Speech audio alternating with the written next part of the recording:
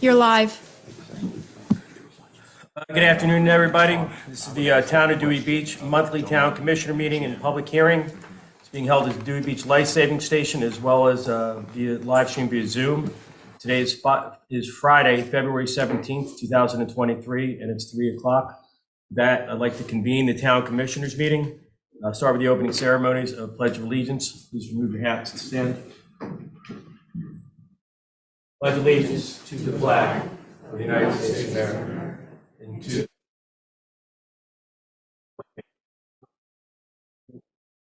liberty and justice for all. The next is roll call. Commissioner Bauer. Present. Commissioner Gibbings. Here. Commissioner Jasinski. First time on Zoom. I see him. You're on mute. Yeah, sorry about that. Present. Commissioner Persinger. Present. And Mayor Bill Stevens is here, so we have a quorum. We also have council, chief, as well as the town manager here with us, as well as members of our community. The first thing I'd like to do is have a motion to adopt the agenda. So moved. Second, Second. all in favor? Aye. Aye. At this time, we're going to ask for any public comment, just as a matter of protocol. With each topic, we will allow for public comment. So if you hear about a specific element, you can wait until that time. But if you have any public comment for non-agenda items, please come up. Not seeing any, we'll move on. Updates, announcements. Town manager. Thank you, Mr. Mayor. So earlier this week, myself and Jim Dedes met with DelDOT officials. This is that 2023 to 2028, approximately $7 million plan to update the sidewalks in Dewey. Part of that conversation Jim and I had were the projects that they could do upfront and quickly. Those would be, for example, extending the Dewey Wave, the Center Island project, all the way up to Bayard Avenue, and then also extending it south down to Collins Avenue. That's good. That's the first thing we asked that they do. The other thing was to look at the sidewalks where the telephone poles couldn't be removed, to do a bump out around those poles. But of course, first we would try to get the poles moved. The other thing would be the driveways. There's a lot of driveways that turn out on the Route 1 that really aren't driveways anymore. They go right into a business that's right against the driveway entry. So we asked that those sidewalks be repaired. Those are the small projects that we're looking at. Those bids will go in the winter of 2024. They'll go out to bid.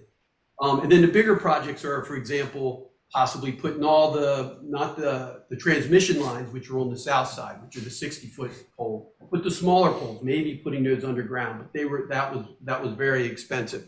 This is the same team that we met with that did the Center Island project and did with the crosswalk project. So they know Dewey Beach. I'm very familiar with two of the people on the team. Jim's familiar with them on the team. So I think we're in a good place. We also asked them to coordinate with Jim Pappas from the Resilience Group to just talk about maybe raising the crown of Route 1 2 inches or so. So when we do get flooding from Dickinson Street to McKinley Street in that area, Route 1 doesn't have to be shut down. So we asked them for that. We also asked them in March or April if they could come give us a briefing to the commissioners and to the public on this project, and they said they would. April 4th, we'll start selling our parking tags. That'll be the first Tuesday in April. They'll go on sale. We've ordered those. There'll be a slight change with the permits, the hang tags that go to the former commissioners and mayors and the current ones. We're going to provide those, and they're going to be like a lifetime tag. So they won't expire. You will keep them and keep them from year to year to year, so you won't have to come back and forth. That was an idea by our front office, and good for them. Moped parking signs will start going up this spring. We've designated about 25 different moped parking areas around town, close to commercial establishments in the right-of-way. This summer they'll be free. Next summer we'll talk about possibly a fee of $20. Rehoboth is $40. We'll probably start off with $20. Beach concession bids will close on the 24th of this month. Work on New Orleans Street on the bay side will start sometime after March 1st. That'll raise that street up so we can get the water when it rains. It goes to the drains. We will be letting those folks know when we get a closer date who live on New Orleans Street when that work will take place. It'll take anywhere from 2 to 3 days to do that work on the street, so we'll try to let them know. February 23rd, we'll be meeting with DENREC over on Pilot Town Road to talk about the beach replenishment. And as that project comes in, so that'll be next week. In August, we hired an assistant building official to go out and start checking around town for business licenses and building permits. Since that time, he put in over 20 stop work orders for folks that were either working without a permit or a business license. And altogether, he's in business licenses, just when he's gone out and told them you have to go get a business license, it's been $18,000 since August. And for permits, it's been $52,000 since August. And that's revenue that we wouldn't have known about unless he was out there actually driving around the street. So you'll see him in the new van that we just bought. We got it marked with code enforcement now. It's a white transit van Ford, and it's got lights on top. So it'll be out and about, and it'll continue, and it's really paying off for us around town. So far, we've issued about 370 permits for the year, building permits for the year. New town hall, new police station. So I got the drafts in today for what the outside would look like. I got 2 of those per our contract, and I forwarded them over to the mayor just before the meeting so he could look at them. We'll present those in March. So everybody can look at what the 2 concepts for the outside of the building would look like. And 5G poles, I'll have Jim provide an update on that. Jim? Yes, sir. We issued 2 permits, one for 6 Collins Street and one for 24 Collins Avenue. They were issued with recommendations from CTC. February 2nd was the first one, and February 6th was the second one. So they have not been picked up, but I emailed copies of the permits to Clara Donato, who is handling their construction activity. So we're waiting to see when they start. They did tell us that once the contractor who's going to be doing the installation should be able to do that within 2 to 3 weeks. We'll see if that actually happens. But as of now, no one's picked up the permits, but they have paid for them. Any questions on that, Mayor? No, is that for 2 out of the 5, correct? 2 of the 5. It's Collins Street and Collins Street. And my last thing, Mayor, is I'd like to introduce Chief Constance Speak, and she will be promoting 2 of her officers today. Watch your head.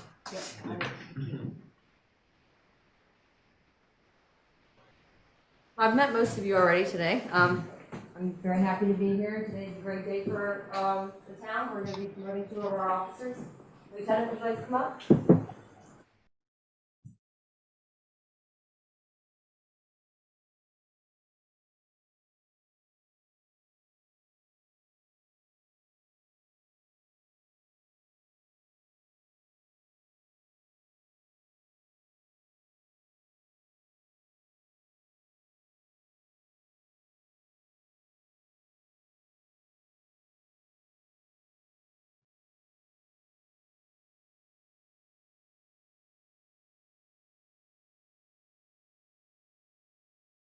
All right, first up we have soon-to-be Sergeant Brooks Denny.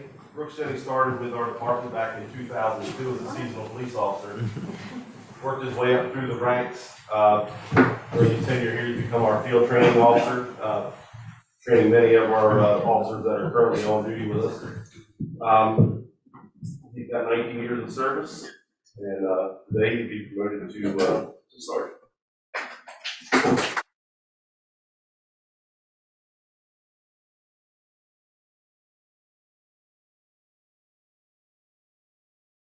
I'll fix it.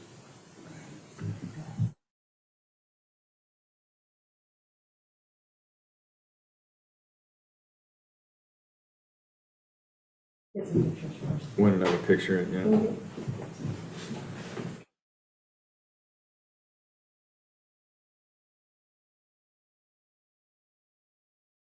Why don't you guys come up for a photo? Watch your head.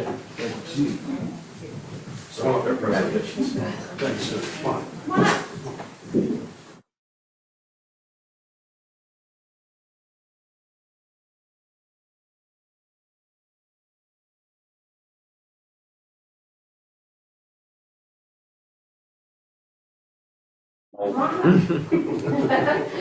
Long weekend. 1, 2, 3.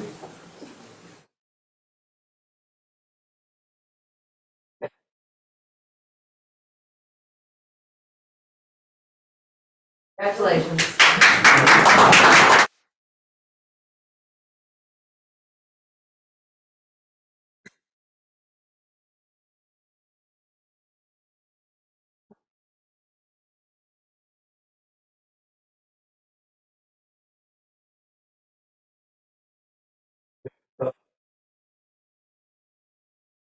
Paul?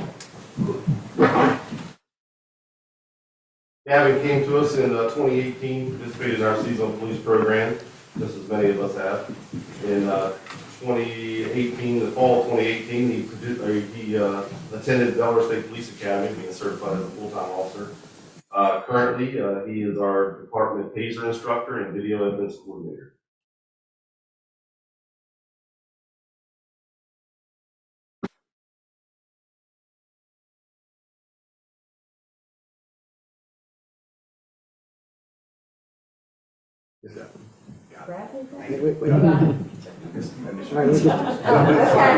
Hey, Constance, you got a picture from this way. You put it on. All over, this is a photo op. That's right. Come on up.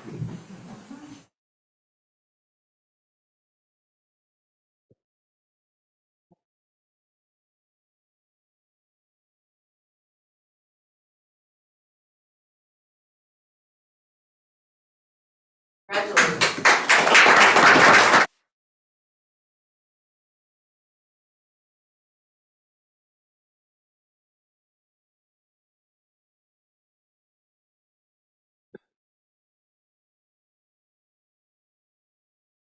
Great day in Dewey. Hey, Cliff. Absolutely. Hey, Cliff. I sent you those pictures. Share it with the guys. The public comment is it for a non-agenda item? Thank you. Thank you. Okay,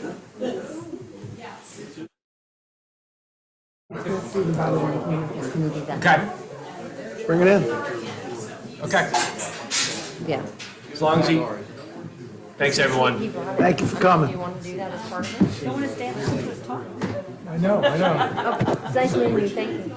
Run away. Do you want him to come up? Wait, the exciting part's still to come. You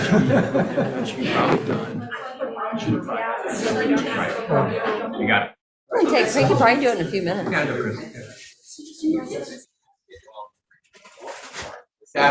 There he is, right there. I don't want them coming in for general comments about things that are agenda items. He's still allowed to make public comment.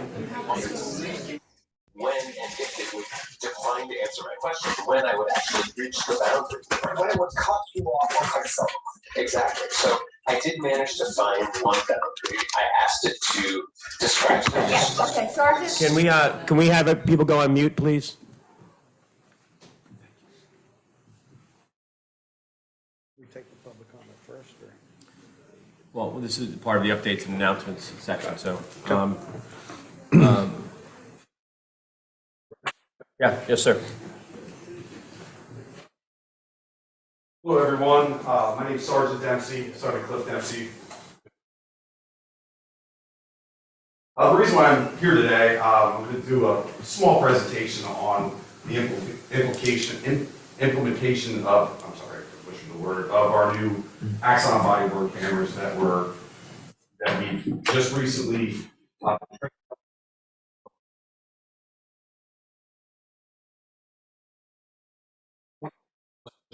drafted for all police agencies in the state of Delaware, requiring us to award personal body cameras. The vendor that was picked is Axon. They're the same vendor that makes our tasers, and we working very closely with the Department of Homeland Security, and they secured the funding for this. Through this partnership, the Dewey Beach Police receives $33,899 a year to fund the program. This is a 5-year program that's been in place, and it's a total of $169,000. We have elected to purchase what's called the dictation version of this program, which allows the officers to go into the program after a video is recorded on these, and it actually will type everything that was said on this entire video. So it will save time for the officer when they come back to the police station.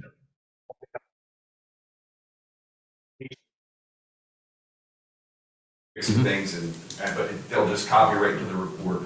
A lot of our time, as many people know, police officers spend a lot of time at the computer writing reports. This is going to cut down on so much of our work when we get back to the police station. Also, speaking to many of my colleagues that have worn these cameras for many, many years, even departments as big as Newcastle County and Wilmington Police, these cameras have saved on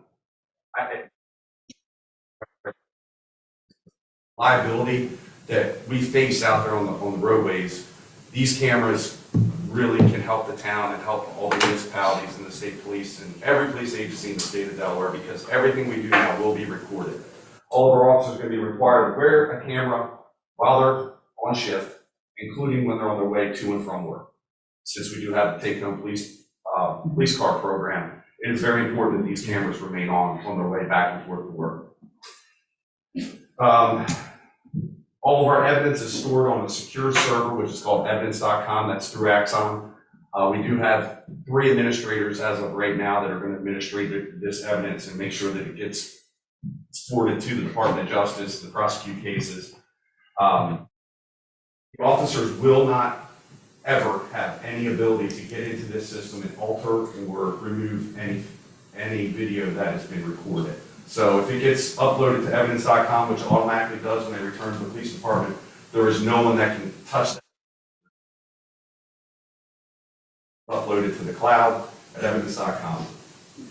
If something were to happen and the evidence, something does happen with the evidence, there's always going to be a record that the evidence was there. So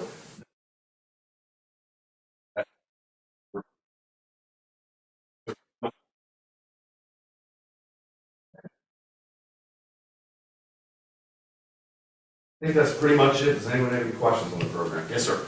Are the cameras in operation the entire time you're on shift, or Yes, do sir. you have to activate them? So Yes, sir. there's nothing, you don't have to activate them. Can you turn them off? You can turn them off, yes. But we have Okay. policy that states that they must be remained on at all times. There are some that you can put it in a sleep mode if you do use the restroom, or you're in an area where you're having a personal conversation with somebody. They do record and they hold up to 18 hours worth of footage. So the important part of that is, say if I walk out this door and something happens and I do not activate that camera, the administrators can go into the backside of the system and pull that video out. So it saves 18 hours as the day goes on. So 18 hours is always being recorded. Great, thank you. Any other questions?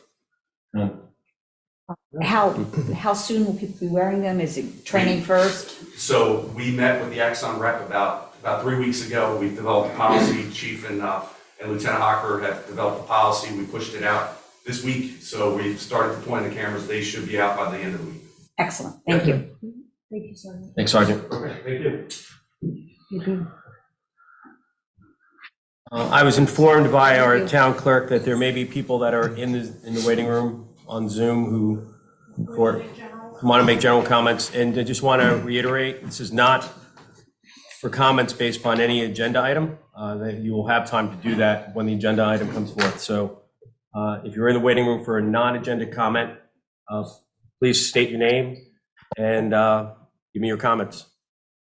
Hi, I'm David Moskowitz. I live full-time in Dewey Beach.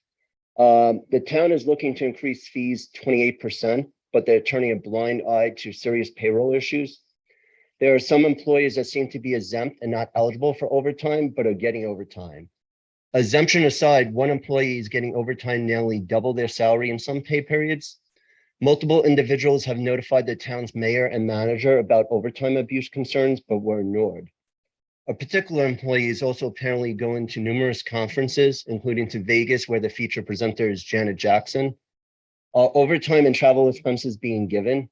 If it's determined there's an issue, will the town be taking back the tens of thousands of dollars that might be in question? And the town is talking about giving large raises after giving large raises last year, but what's not being mentioned can be termed secret raises. When the budget and staffing plan is set by the commissioners, the town manager is supposed to come back to the commissioners to make changes. Instead, after the budget is voted on, the town has been doing as it pleases. Some employees have received multiple secret raises. The town commissioners need to evaluate each employee's salary the past year to determine if they already received part of their entitled raise. A lack of proper controls is creating a financial mess for this town. The town needs to address these issues with the annual auditor to have a clear picture of what's happening in regards to overtime, travel reimbursement, education reimbursement, and salaries before considering increasing fees 28%. To avoid conflict with the overtime issue, only the town manager and the commissioners as a whole should have contact with the auditor. who urgently needs to be brought in. And then separately on parking, planning and zoning kept on stating the town needs a master parking plan. The town, instead of looking at one, is making changes that may have an adverse effect on residents without understanding the impact. The town needs to first come up with a master parking plan before making these changes. And then lastly, the town's wanting a new slogan to better compete against their own merchandise stores. We're raising fees, again, 28% on them. When I told the story to a friend, they brought up that it sounded like communism. The town does not belong competing against the small mom and pop stores in this town. Thank you. Thank you, Mr. Moskowitz. Anyone else? Okay.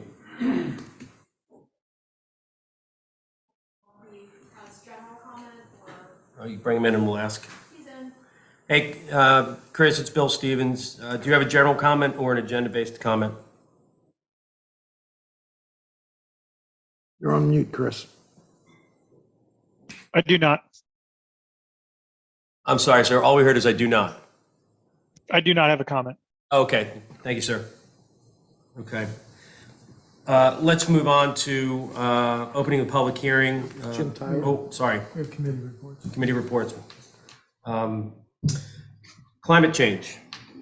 Yeah, I will do two committees. Climate Change is holding a workshop on Monday, which involves all of us. And there are a couple of documents, there will be a facilitator for that as well. So you should be aware of that. There are two documents posted related to this workshop. The first is a report on a similar exercise that the town of Lewis undertook. And I think you'll find that very informative. There's also a small, short set of slides that kind of gives you an overview of what the process is going to be on Monday. So I would urge each of you, each of us to take a look at both of those documents. I think this is going to be a very good session. And very much want to thank Dave Davis for setting this up for us. The other update I had, Comprehensive Development Plan Committee, they are trying to organize a meeting. I have not heard anything yet in terms of timing, but they are at least trying to get something together. That's all I have. Is the audit out on RFP right now? Yes, it is. Yeah, I think so, yeah. Okay. Commissioner Gibbings, updates. The investment committee met on February 3rd, and Dominic of Brown Advisory gave us the year-end investment report. Not surprisingly, there was the tight monetary policy meant money was less available, but he and his colleagues believe the economy is more resilient than expected. Our total portfolio was down approximately 13% last year, but already improving, showing significant and meaningful, which has scientific meanings, within the first quarter. Looking at our cash asset allocation, because we now can get up to 4% or over 4% in money market. So we're looking a little bit about that. It was interesting to note that the emerging market fund actually outperformed comparison funds. Wonderful. Commissioner Jazinski, any updates? We'll be voting on an infrastructure package that the infrastructure committee's been working on for quite a while. And Commissioner Bauer. Well, both committees here, budget and the marketing and event planning, both agenda items today that we can do the updates at that time. Okay. All right. Apologize for skipping. I seem to do that from time to time. Next agenda item is approval of the minutes. Can I have a motion? Motion. Second. All in favor? Aye. Aye. Aye. The minutes pass unanimously. And now we can open up the public hearing. This is a public hearing on an ordinance to amend Article 3, Section 1-16 of the Municipal Code of the Town of Dewey Beach to define a tent as referred by the Planning and Zoning Commission. We'll start there. You can combine. Combine them, all right. Public hearing on ordinance to amend 185-25 of the Municipal Code of the Town of Dewey Beach to permit tents over outside service areas in the RB district as referred by the Planning and Zoning Commission. Is there anyone here from the public that would like to make comments? Yes, thank you, sir. So,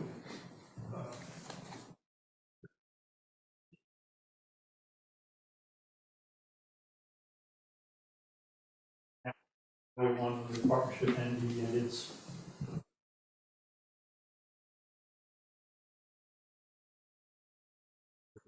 positively affected, or hopefully by the passage of these federal ordinances. Ended for today and looked at the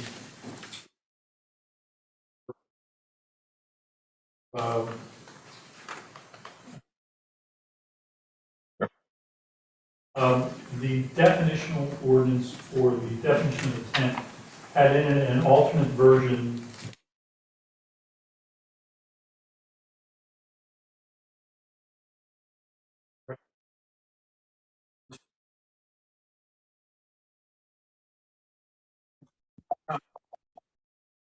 Could you please speak closer to the microphone, if you could? Thank you. Slightly confusing. As to the concept of having a tent up for a maximum, but I wanted to revise that by way of example, when you're putting up a tent of a 30 by 20 or something that's a significant tent, from a design and structure standpoint, you have to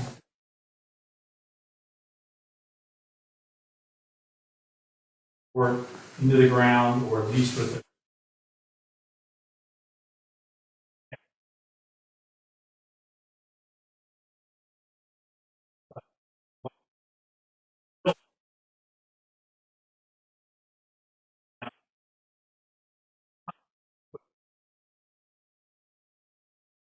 While we don't have any particular objection to removing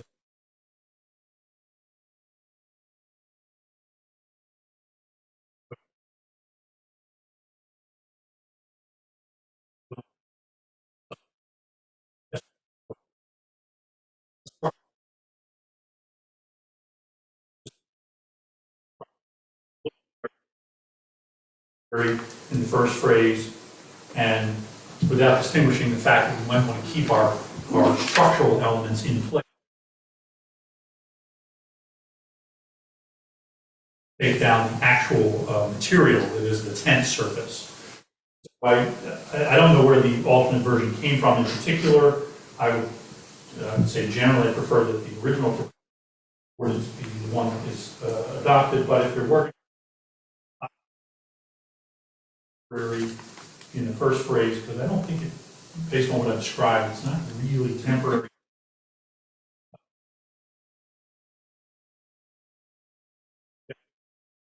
Maximum of 180 days in place, but I would suggest maybe adding tent material, roofing, or tent roofing material, or something like that to make it clear is what can't be up for more than 180 days. So I throw that out as public comment for that. The other ordinance that would authorize the use of the areas that were previously discussed in existing additional use approved outside service area or existing non-conforming outdoor. There's proposed recommended changes to that ordinance as well that have been put on the agenda, or in the materials for the agenda. And I reviewed them with my client, and again, we are in favor of getting both of these ordinances in some form passed. As to the proposed changes of editorial comment rather than a language change was the box that said PRV no checks, and I wasn't quite sure what that meant, and PRV districts, that's what was intended, and we wouldn't have what was recommended by whomever. But we are in favor of adoption of both. Those are my comments. I think they're largely self-explanatory, and whoever did the changes on the main or authorized this did a good job of making additional suggestions.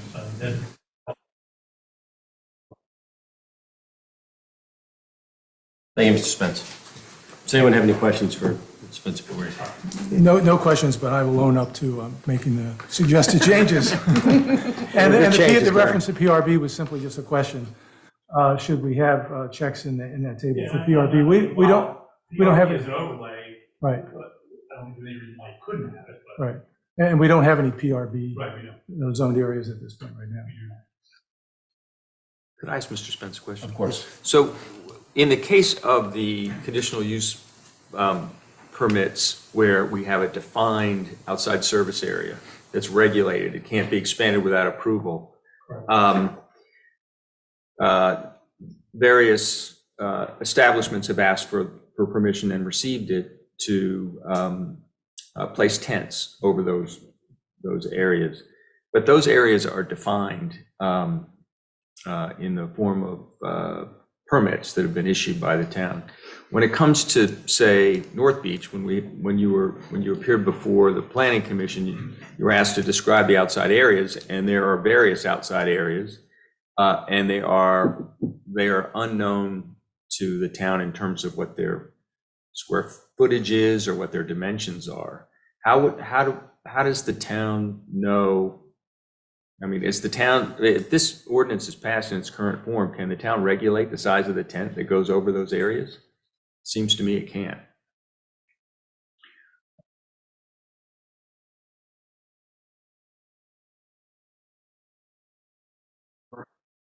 Organization that has a alcohol beverage control, it has to have a floor plan on record with the ABCC. What is the area that is authorized for use and sale or use and consumption of alcohol? And yes, as to whether the town has a copy of that floor.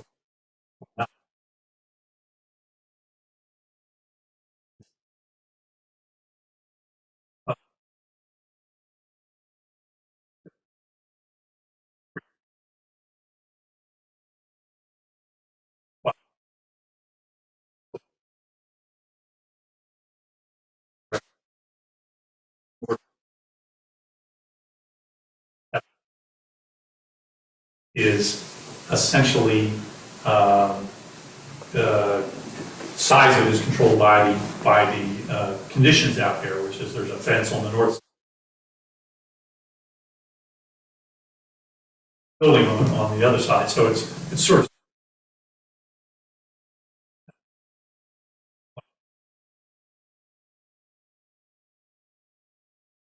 there's an area that we lease. We don't have any right to serve alcohol out there.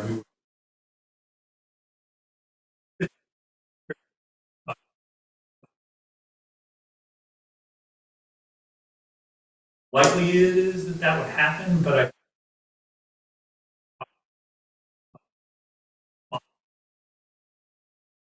building official could have if we submit an application.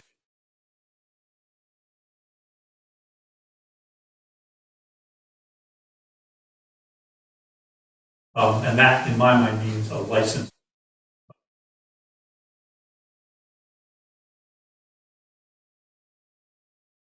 Deck.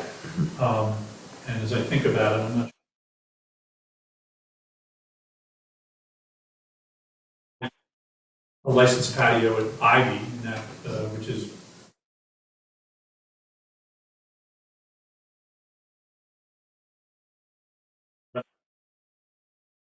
I'm not sure that problem will really come to pass. And the conditional use permitting process also has authorized tents to cover outside service areas with a restriction that they be for seated dining areas only. Will these areas be seated dining only?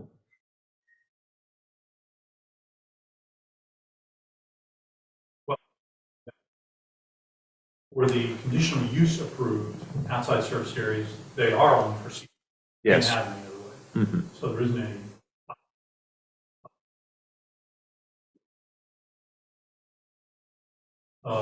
There is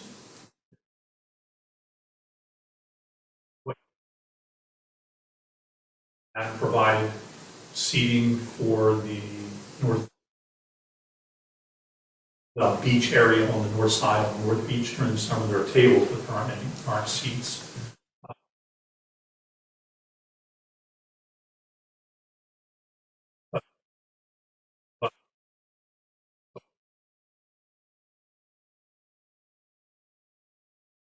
wanted to, I would say, we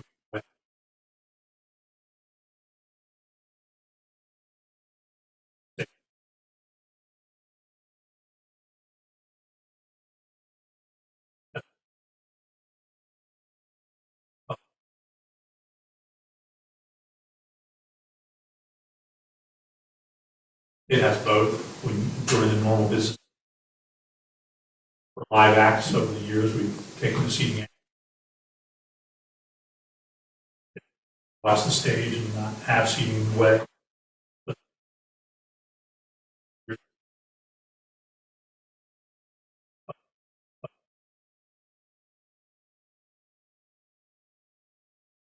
You know, Jimmy's Grill is the third example.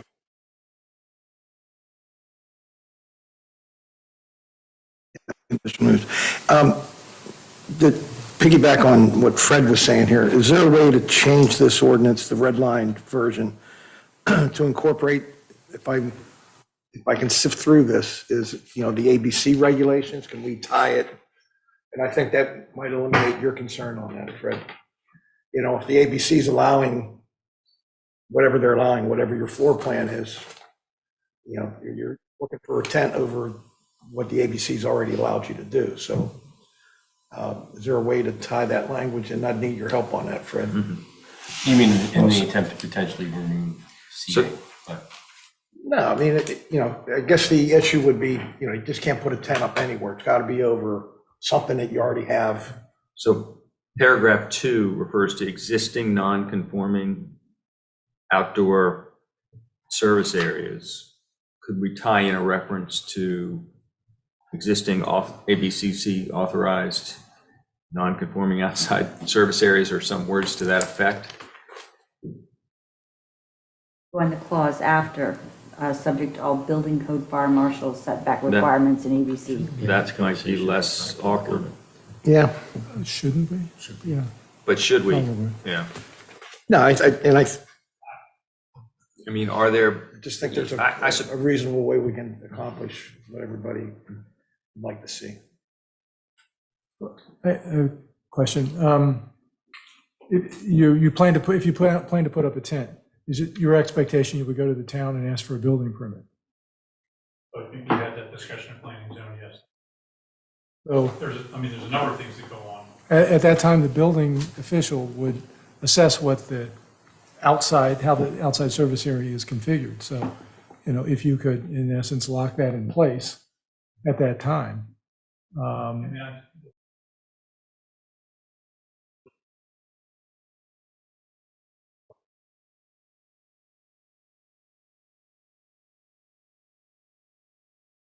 If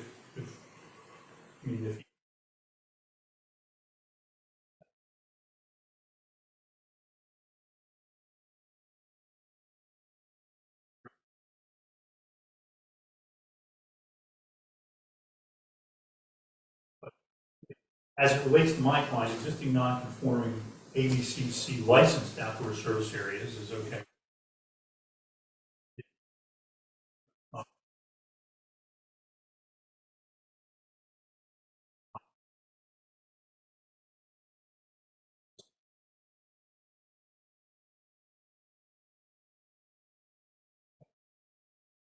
Designs on building something over that which we don't.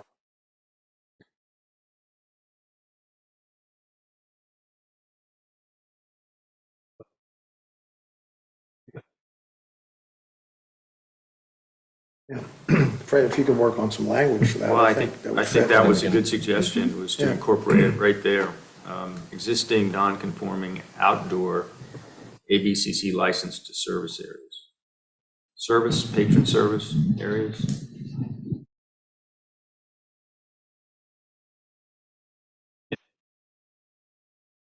Oh, I'm sorry. Just push that one out of the way. Well, I'm not going to volunteer to get into the seating dining world. Yeah, right. Because that is not the case at the Rusty Rudder, and that defeats the entire purpose of that. But I'm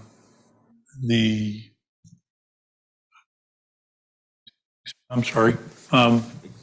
existing non-conforming ABCC licensed. Oh, outdoor service areas, I think is a defined term in the code. That's why, in the Dewey Code.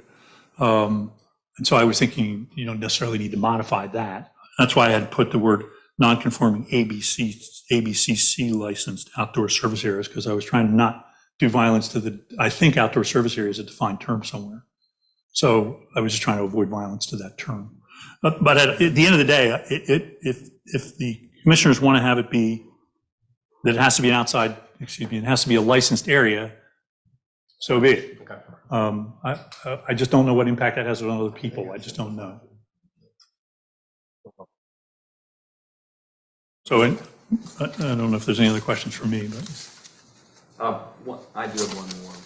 I have one also. Can we leave the Go ahead. subject? So when it comes to the, I think this business about the tents being temporary and having to come down 180 days is an effort to comply with the fire marshal. Wasn't it the fire marshal, wasn't that meant to reflect the fire marshal definition of tent?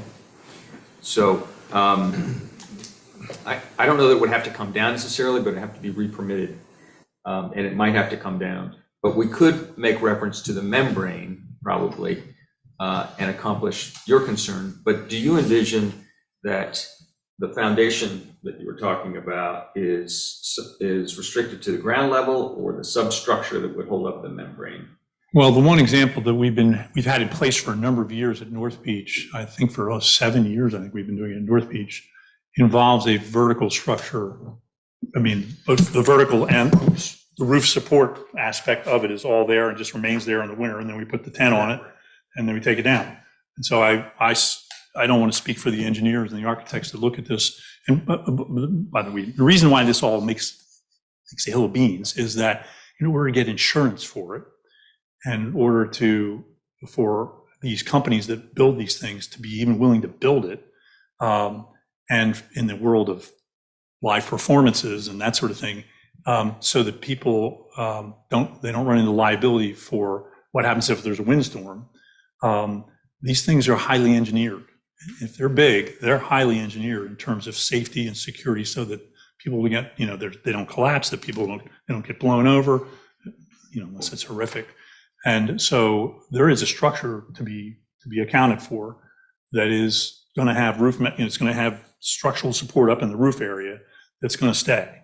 I don't think it's going to be easy to take apart. I mean, it can be, but I don't think that's our hope. Our hope was that we'd be able to, if we decide to do this, to build something that's insurable, has an engineering stamp on it as being structurally sound, and if we have to take the membrane off, so be it. We'll do that, because that's what we've been doing at North Beach. So we're very much interested in having the ability to keep the structure there if we go to the trouble, the design and the cost structure of building one. And I think that was the whole gist of what we were trying, because we were talking about canopies and tents. And that didn't work. Sides. Canopies didn't work. So, well, I shouldn't say it taking didn't the work. top membrane and sides off, well, now you're So, not either.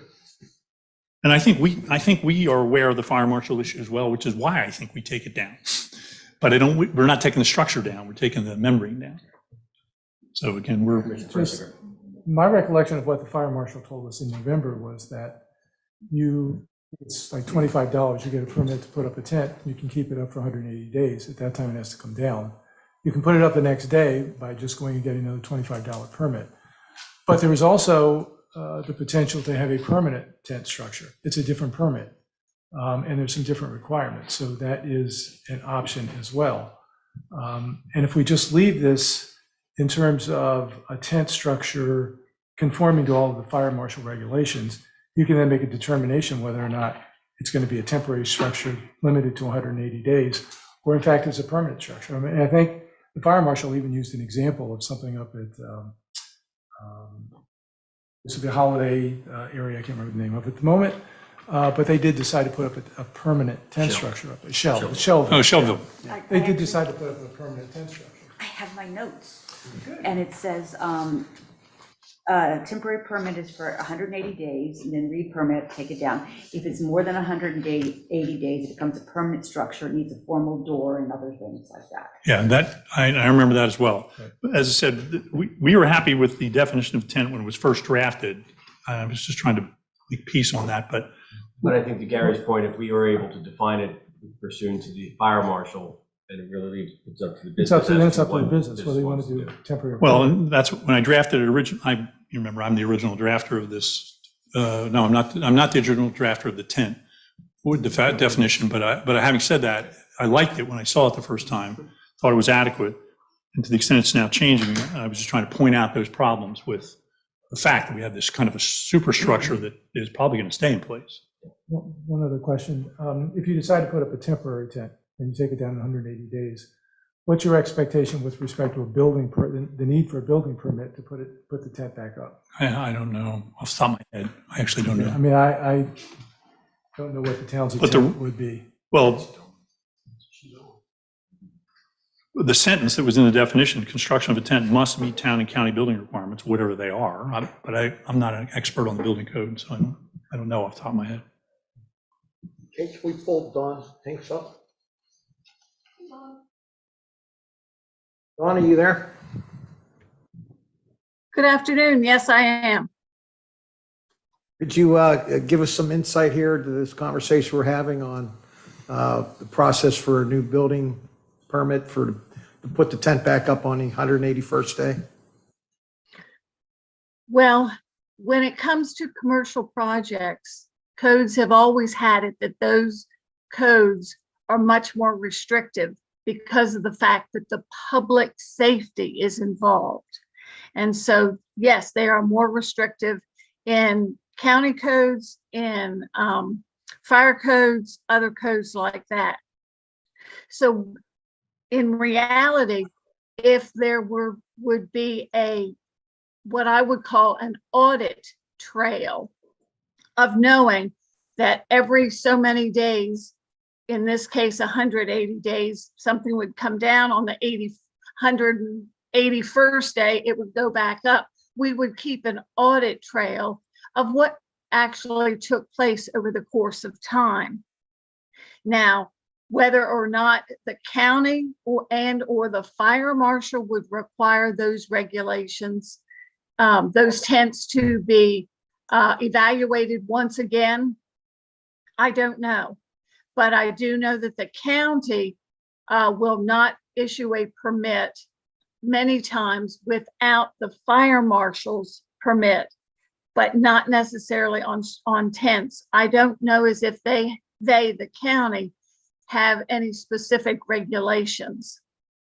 So this is really not a very good explanation, but I think that's about the best I could come up with at this particular moment, not having talked with the county and or the fire marshal, but yet commercial plans always do need to go through those two agencies.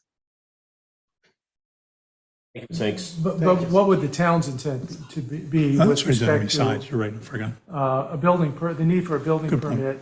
If in fact, if you left the tent up for 180 days, you take it down and you want to put it back up again, that second time you put it back up, would you need another building permit? Are you asking me? I'm sorry. Yes. Yes, Ms. Hinks.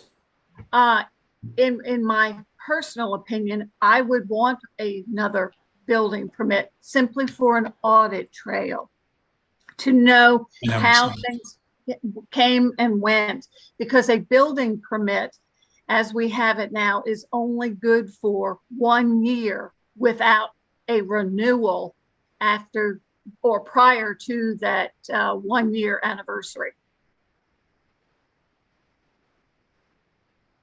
I don't know how I feel about that, but. Putting the tent on top, we're not really building anything new. We're just putting. I think, well, we'll open this up for public comment. It depends, if you're hiring a contractor to take it down and put it back up, it's a different story than if you're using your own salaried personnel to do so.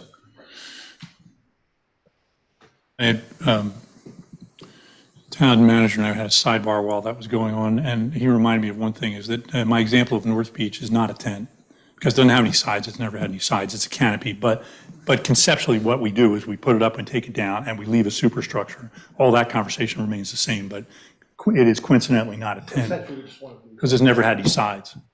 But it may be that we would design an actual, not maybe, we are in the process of trying to design tents for the two locations that I talked about before, which is Jimmy's Grill and the Rudder. And all these other things we've been talking about do apply to that fact pattern. Right.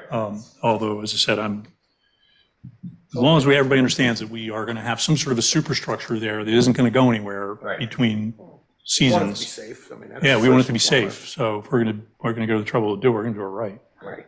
Because we don't want to have insurance problems or liability Dorothy issues. and Toto flying down Right. Route 1 because there's a Exactly. storm coming through. So unless Thank you have you. any Yeah. more for me, I'm. No, you're good. Anyone else here in regards to the public hearing regarding the two tent ordinances? Two tents, in tents. Joke there. You can use that in part of your material. Is anybody in the waiting room about tents? No. Right. With that, we're going to motion to close public hearing or close public hearing. Close public hearing first.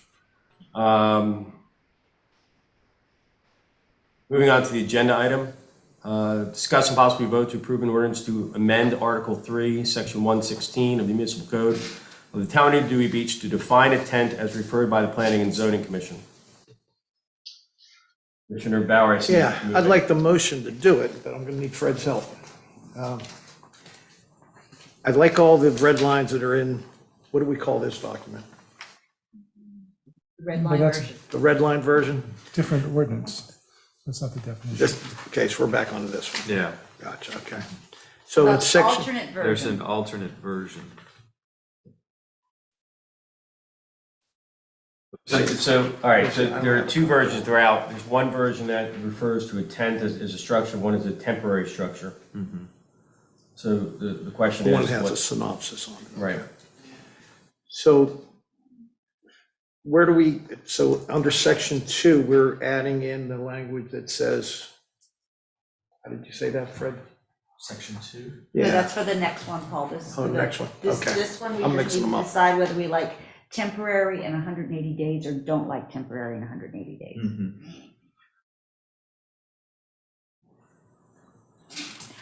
Motion that we accept the alternate version, which shows up on the electronic as draft ordinance for tent definition version 2. It defines tent as a temporary structure that may remain erected for a maximum period of 180 days. Okay. That is my motion. Second. And let's have a discussion. Commissioners, are you in agreement? Commissioner Jazinski? Thank you for the motion, Commissioner Gibbings. So as I kind of think through this, I think we need to be careful. I do like the alternate definition that was proposed with the 180-day requirement. You know, the outdoor dining's been extremely popular, and this all started because we kind of had a request, hey, we need to be able to keep people out of the sun, potentially out of the rain with canopies or tents. What are each of these things? And we were kind of defining it. And then as this has moved forward, it's kind of gotten a little more complex and a little more substantial in terms of what people are talking about. We're hearing about superstructures, things being permanent, foundational aspects, things like that have a very permanent nature to them. And I think when the outdoor dining is popular, it was very popular specifically because it was outdoors, right? And the more substantial the structure, the less outdoors these things really become. I also kind of have a concern that over the course of years, either with a future owner who maybe isn't one of our current owners or something else, we may end up with something that isn't necessarily what we really envisioned when we were talking about allowing tents, and these things will be allowed permanently. And so I kind of have a question for Fred. I like the 180-day limitation. And my question for Fred is there a mechanism that's either in here or that could be in here where these are basically reauthorized annually, and we're not in a situation where whatever we end up with is permanent and we have to live with it forever when it's supposed to be a somewhat temporary structure?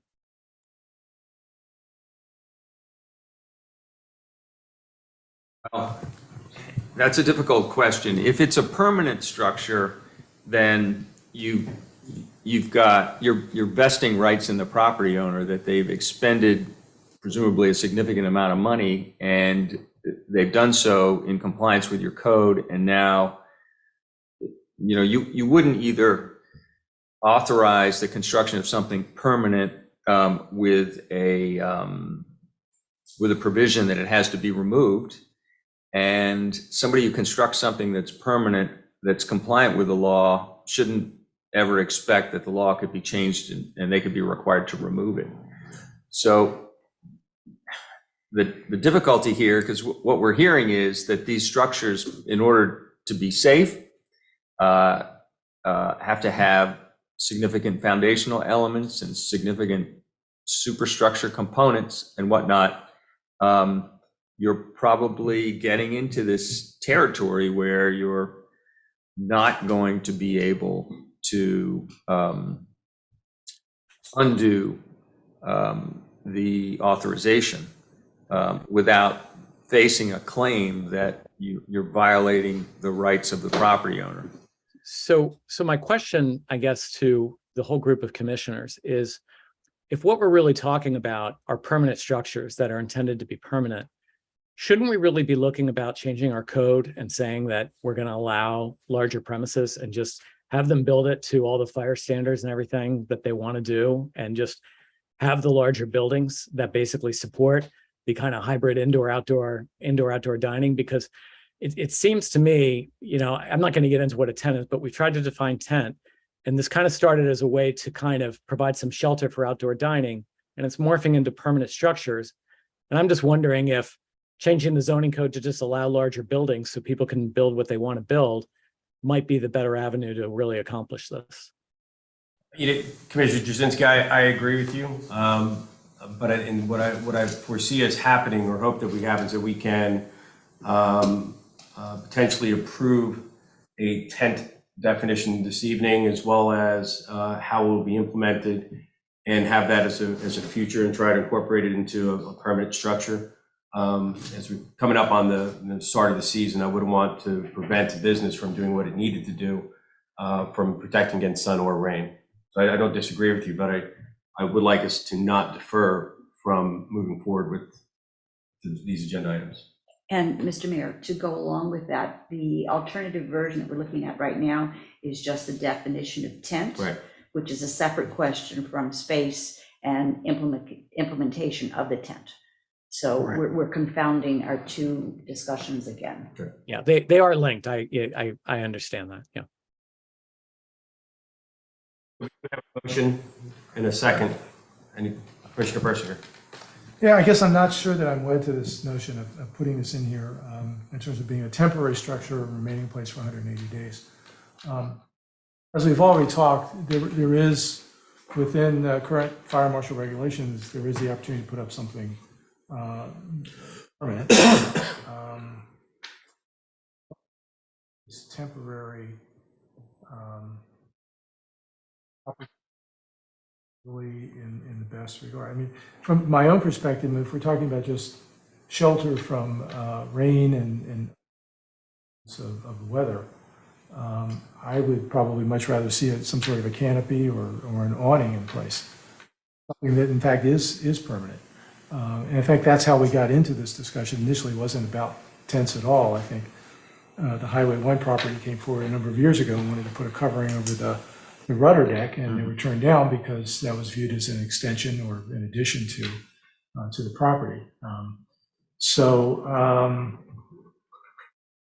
not sure where I come out on this. I mean, I tend to agree with Commissioner Persinger from the standpoint of, if we were able to define a tent without the temporary, and instead of referring to 180 days, refer to the fire marshals, however the fire marshal may define. And I don't like to necessarily go against what the Planning Commission has suggested recommendations, but I don't know that I want to make that restriction when the fire marshal's not making that restriction either.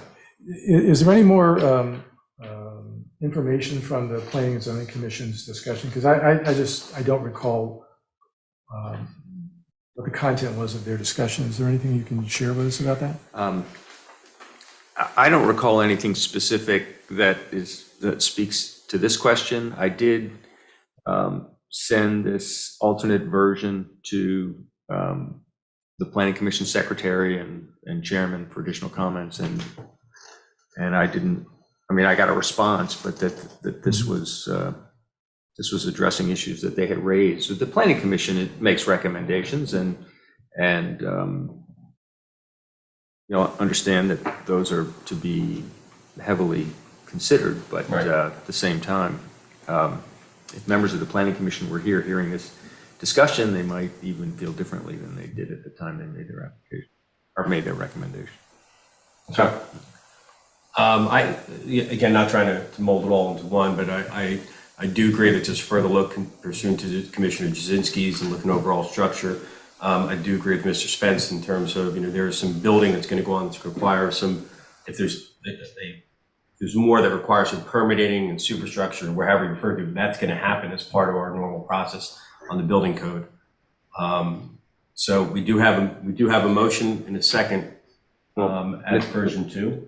Okay, if I could just speak to this concept of allowing for the expansion. These legal non-conforming establishments are not permitted to expand because the code says they can't expand their non-conforming use. And if they wish to make a significant expansion, then they need to redevelop in a manner that is consistent with the code, both with regard to their building or its building.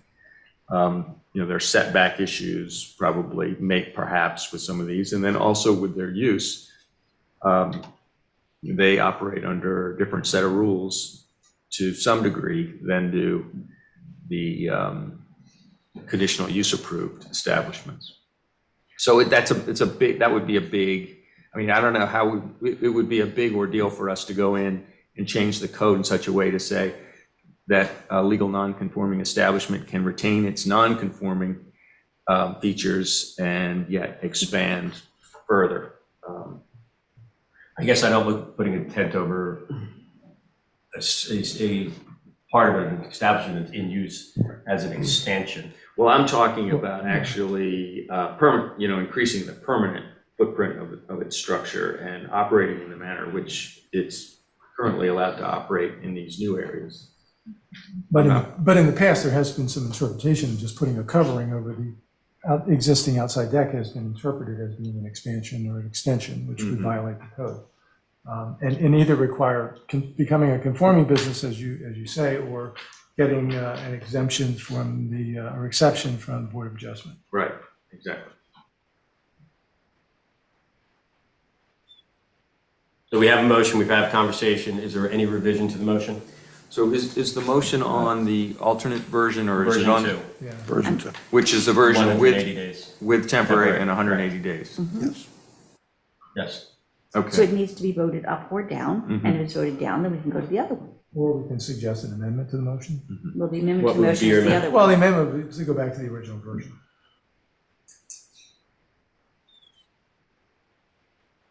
I would accept that amendment. Do we have a second? I think we've kicked that far Yeah. down the road. Counselor, if this was a flimsy setup, it would have been fine. Yeah. The fact that you made it solid, it's not going to blow away. We got problems with it. All in favor of the original tent definition? Aye. Aye. Aye. I'm going to vote nay on that. I think that we're going to get some stuff that's not necessarily what the public really expects as far as a tent goes. Okay. That passed 4-1. On to number 2, in an hour and 10 minutes into our meeting, or hour 4 minutes. Discuss a possible vote to approve an ordinance to amend 185-25 of the municipal code of the town of Dewey Beach to permit tents over outside service areas in R&B district as referred by the Planning and Zoning Commission. Commissioner Bauer. So this is where I want to make a motion and incorporate the language about the licensed service area in section 2. Oh, right. So Fred, if you could give me the language to add to that so Kate can put it in the. I think the consensus was that following, I'll just read it. Tents covering 1, conditional use approved outside service areas, or 2, existing non-conforming ABC licensed outdoor service areas, comma, and then it just continues this. That's my motion. Second. Any conversation? Commissioner Bersinger. Yeah, a couple of things. The issue with respect to PRB, I would suggest we put that in there. Again, we don't have any PRB area zones as such, but I think the use shall be, in section 2, use shall be permitted in all RB and PRB districts. So that's one change. Okay. The other issue I want to raise is with respect to outdoor service areas, and as Mr. Spence specifically to areas that are used for seated dining.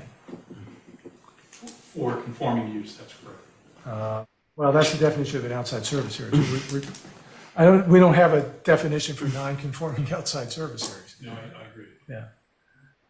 So I don't know what kinds of problems does that create here.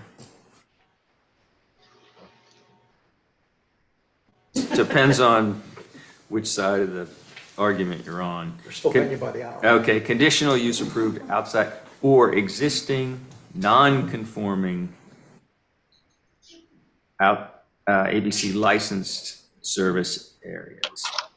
So if we're talking about stand-up consumption, the question is, would this language not cover that? Existing non-conforming ABCC licensed outside service areas.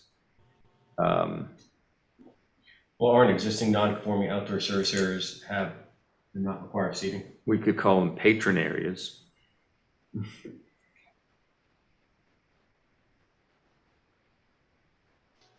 I have to define patio. I'm fine with the ABC language. Getting fuzzy. ABCC licensed patio area, but But would the patio area cover the deck at the Rusty Rudder? Do you think that? in order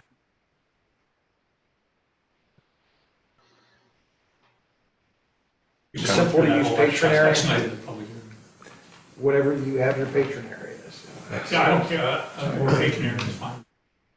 Patron area is just simplifies it. Good point.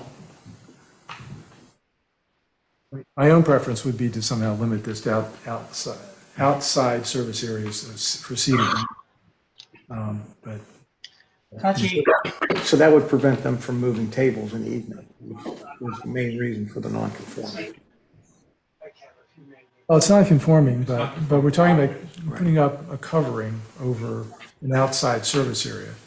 Our definition of outside service area is an area that's used for seated dining. I would be most comfortable leaving it with that and just limiting it to seated dining areas and not any other areas. You start talking generally about patron area or patio areas. I mean, you're really getting fuzzy, and you may be including some areas that you really don't want to include. It seems to me that, in terms of the objective of what we're trying to do here, limiting it to outside seated dining areas seems to give you a pretty good opportunity to do what you've wanted to do for a number of years but haven't been able to. May not give you the opportunity to do everything that you want to do. So for clarification, and I'm trying to catch up on understanding Dewey Beach. If they were able to, at the Rusty Rudder, get permission to put a tent over the sunken area in front of the stage, they then would have to leave the tables in place. Or No, I they don't could think- take the I don't think it tables says that. away if they don't put a tent up. I don't think it says that, because actually they can move their tables. It's used for seated dining most of the time. I don't know Okay, if so it that's doesn't have right. to stay seated But I dining. think the fact that they are non-conforming is what allows them to move the tables. Correct. Right. So if we I have have a that, question.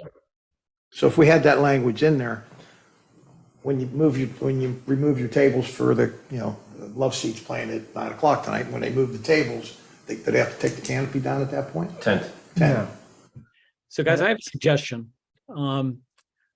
There's a concern of what size you're going to get, as Commissioner Persinger was outlining, like depending on the definitions of things.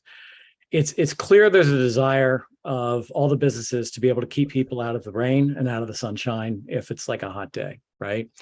So this ordinance to allow tents could be written to say that awnings and canopies of any size and tents up to, and define a size of a tent may be permitted, and just restrict the maximum size of a tent. So we don't end up with just some huge mega tents, but people are still able to put awnings and canopies of whatever size they want at their establishments.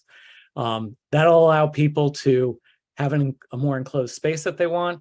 It'll also allow them wherever, whether it's, the dance floor, or, where people stand and watch the bands at the Rudder or at North Beach or whatever, be able to do that.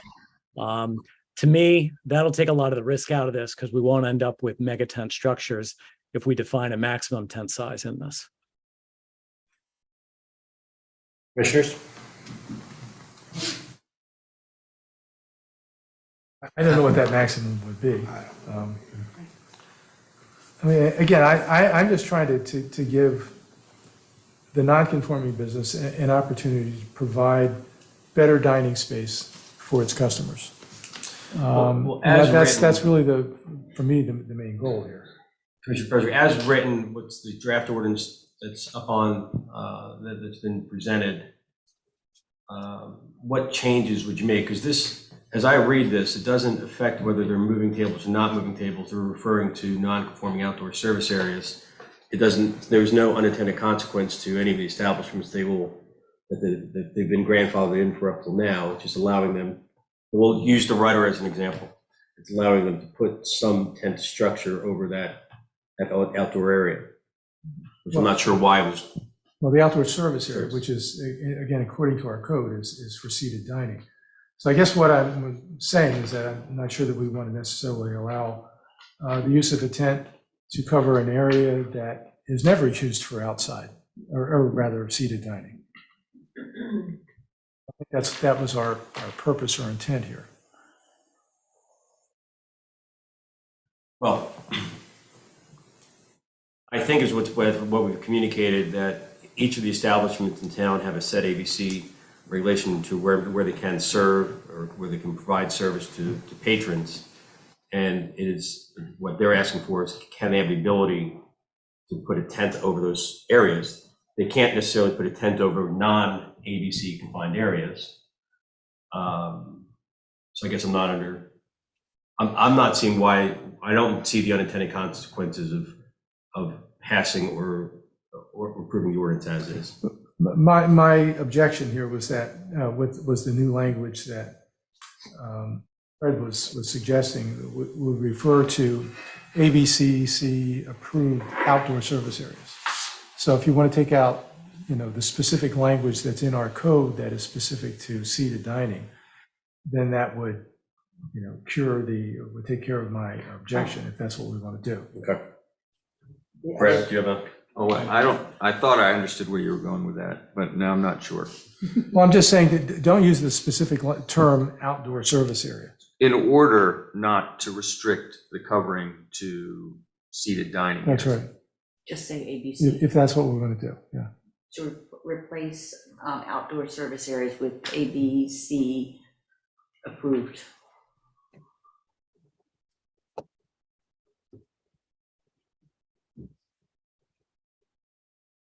Yeah, I mean, if there's a tent up to cover an area, I don't care if someone's eating or having a beer, it doesn't. Well, you could just say ABCC approved service area. Right.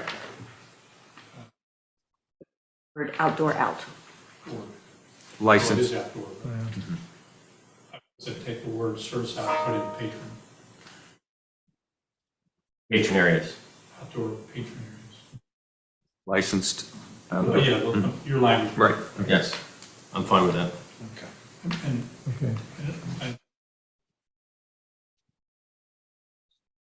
boxed in various places are also going, Yes. I was assuming that in this. Yes, all the red lines stay in here, and then we add that language. So, Kate, are you clear on what we're adding to this motion here? As much as I can be. No, I That's think why we recorded, so. we've got it. All right, Fred has it. So we're past the motion. So we're going with the least restrictive view of it then. Yes, So do we have a motion? motion. Do I have a second? Second. Any other discussion? All in favor, say aye. Aye. I'm going to vote nay. Again, I think that this ordinance as it's written is going to result in our present outdoor service areas being enclosed by permanent buildings that are tents in name only. And I don't think the public really understands what is actually going to be able to be built under this ordinance. Duly noted, Commissioner. Let's move on to number 3. Discuss and possibly vote to approve the following proposed long-term infrastructure projects as referred by the Infrastructure Committee. I'll turn it over to Town Manager Bill Zolper. Thank you, Mr. Mayor. So there's a number of different projects that went through the Infrastructure Committee. The first one that's listed there is mapping of Phase 2. And basically, that's from Rodney Street down to Anchor Way and Collins Street. Basically, what that is doing is looking at our stormwater drain pipes that we currently have now, mapping them out, putting a camera down inside them, seeing where they've been collapsed, see where they're not working, see where there's items that are down there that are obstructing the proper drainage of that. That's the first one, and that is approximately $44,970. Then you go to the Rodney Street one. After talking to Remington and Burdick, we do not need that one any longer. So that one, the number 2, that's on your list there, we will not need. We're going to incorporate that into the actual phase 2. And we do have Remington and Burdick on that can talk about this. And then you go to number 3, that is also. Then number 4 is the pump station, which is located on Bellevue and Byard, which needs to be repaired. There are cracks in the wall. That's $9,924. Then on Bellevue Street, there is a sinkhole that developed a couple weeks ago. Initial pricing was $28,000 to replace the piping. We've since then had it reevaluated, and it's approximately $23,000 to reline the piping down there.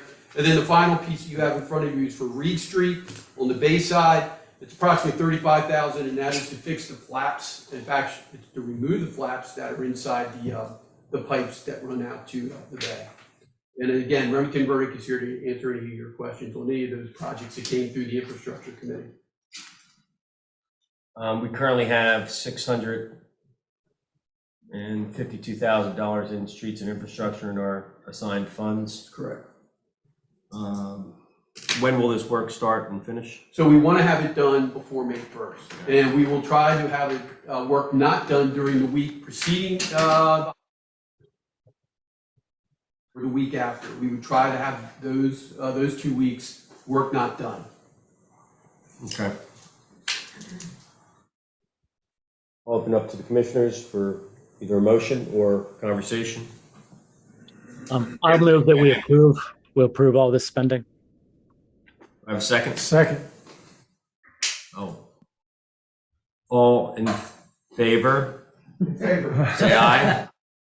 Aye. Aye. I'm going to vote yes for this one. Okay, thank you, David.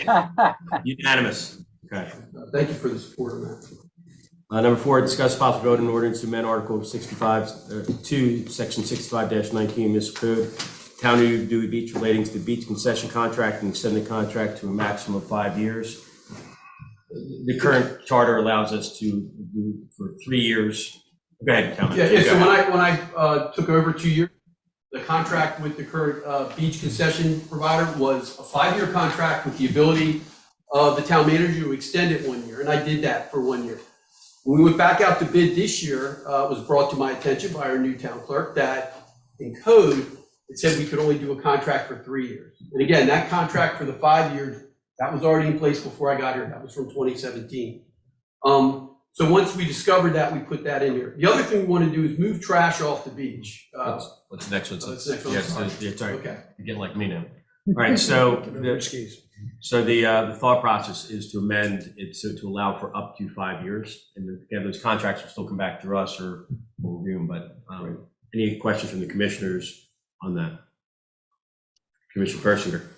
And there's an opportunity written into the contract to terminate the contract if for any reason, I assume, if there's dissatisfaction. Right. If the equipment's not good, they're not doing what they're supposed to do. Right. Yeah. So they have to provide an insurance also in a bond. Right.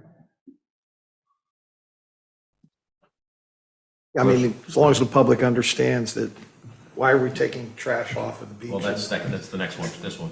So I move that we adopt the ordinance that makes it 5 years instead of 3, Maximum 5. maximum 5 years. Do I have a second? There's only one was second.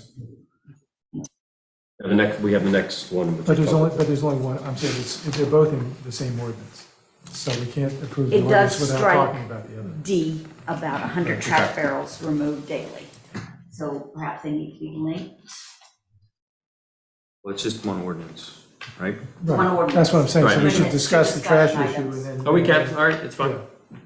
Oh, were they separated in the agenda? They They're were. separated I'm the agenda sorry. together in the Because one ordinance. could pass Because I without. think, yeah, the initiative got proposed before the ordinance was written, and the ordinance was written to combine them. Okay. And that explains it. So do I need to make maximum of 5 years instead of 3 and no longer include trash as my motion? Well, we should probably then let the town manager discuss Trash. if we're merging 4 and 5. Right. Right, so right now, under the contract, the ordinance says the vendor has to supply 100 trash cans on the beach. We want to move the trash cans off the beach. We actually want to put the trash cans on the end of the street, on the dune before you go over. The public's going to need to take their trash off the beach. What happens is during storms, and it's a few storms, knocked over, the trash blows down the beach. Sometimes you can get a hold of the vendor to come pick. Sometimes the lifeguards do a very good job, but if it's after hours, the public's out there trying to pick up the trash that's blowing down the beach. We want to get the cans off the beach. Also, I received complaints about where the cans were actually placed on the beach. I actually had somebody send me a photo that the cans were placed in areas that you took away from the beauty of the beach. They thought the cans being strapped up to the fence wasn't a good way to have the cans presented. What we are looking at doing is having the cans at the end of each one of the streets. They'd be 95-gallon cans instead of the 50-gallon cans that are currently that were used in the past. They would be inside, like what South Bethany and Fenwick uses, a wooden type of landscaping container that would look nice. There'd be 3 cans and a recycle, and they would be in there. And GFL would come down to the end of the street. They would empty those cans and do the truck. Now, we would have to increase GFL coming down those streets by 1 more day to do that. But we are eliminating, a trash run every day on the beach by our concession person. That's one of the reasons why we're asking for it to be put on the end of the street. Well, and the key here is this is to amend the code to allow flexibility, because right now it's mandated. Right now, it's that whoever mandated, does yeah, in the concession code, they has have to to do it. have 100 cans. Yeah, somewhat what bothers me about this is I just think that's going to create more trash on the beach. Because people now have to, carry it across the dunes, which is more difficult. That's, just more people to do it. I'm just worried that we're going to see more trash on the beach as a result of that. Yeah, in all the state parks, it's carry in, carry out. How are you going to, you're going to have lots of people who show up on the beach and say, well, where the trash cans go? What do we do now?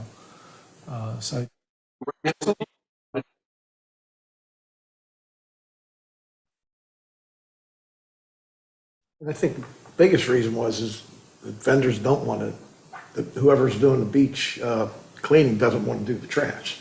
So unless you can find somebody who will do it, but that's, what is it, 100 cans of trash a day? Yeah. So, Mr. Zolper, I noticed in the budget, you raised the beach concession contract from 70 to 85, okay, with the elimination of the trash requirement.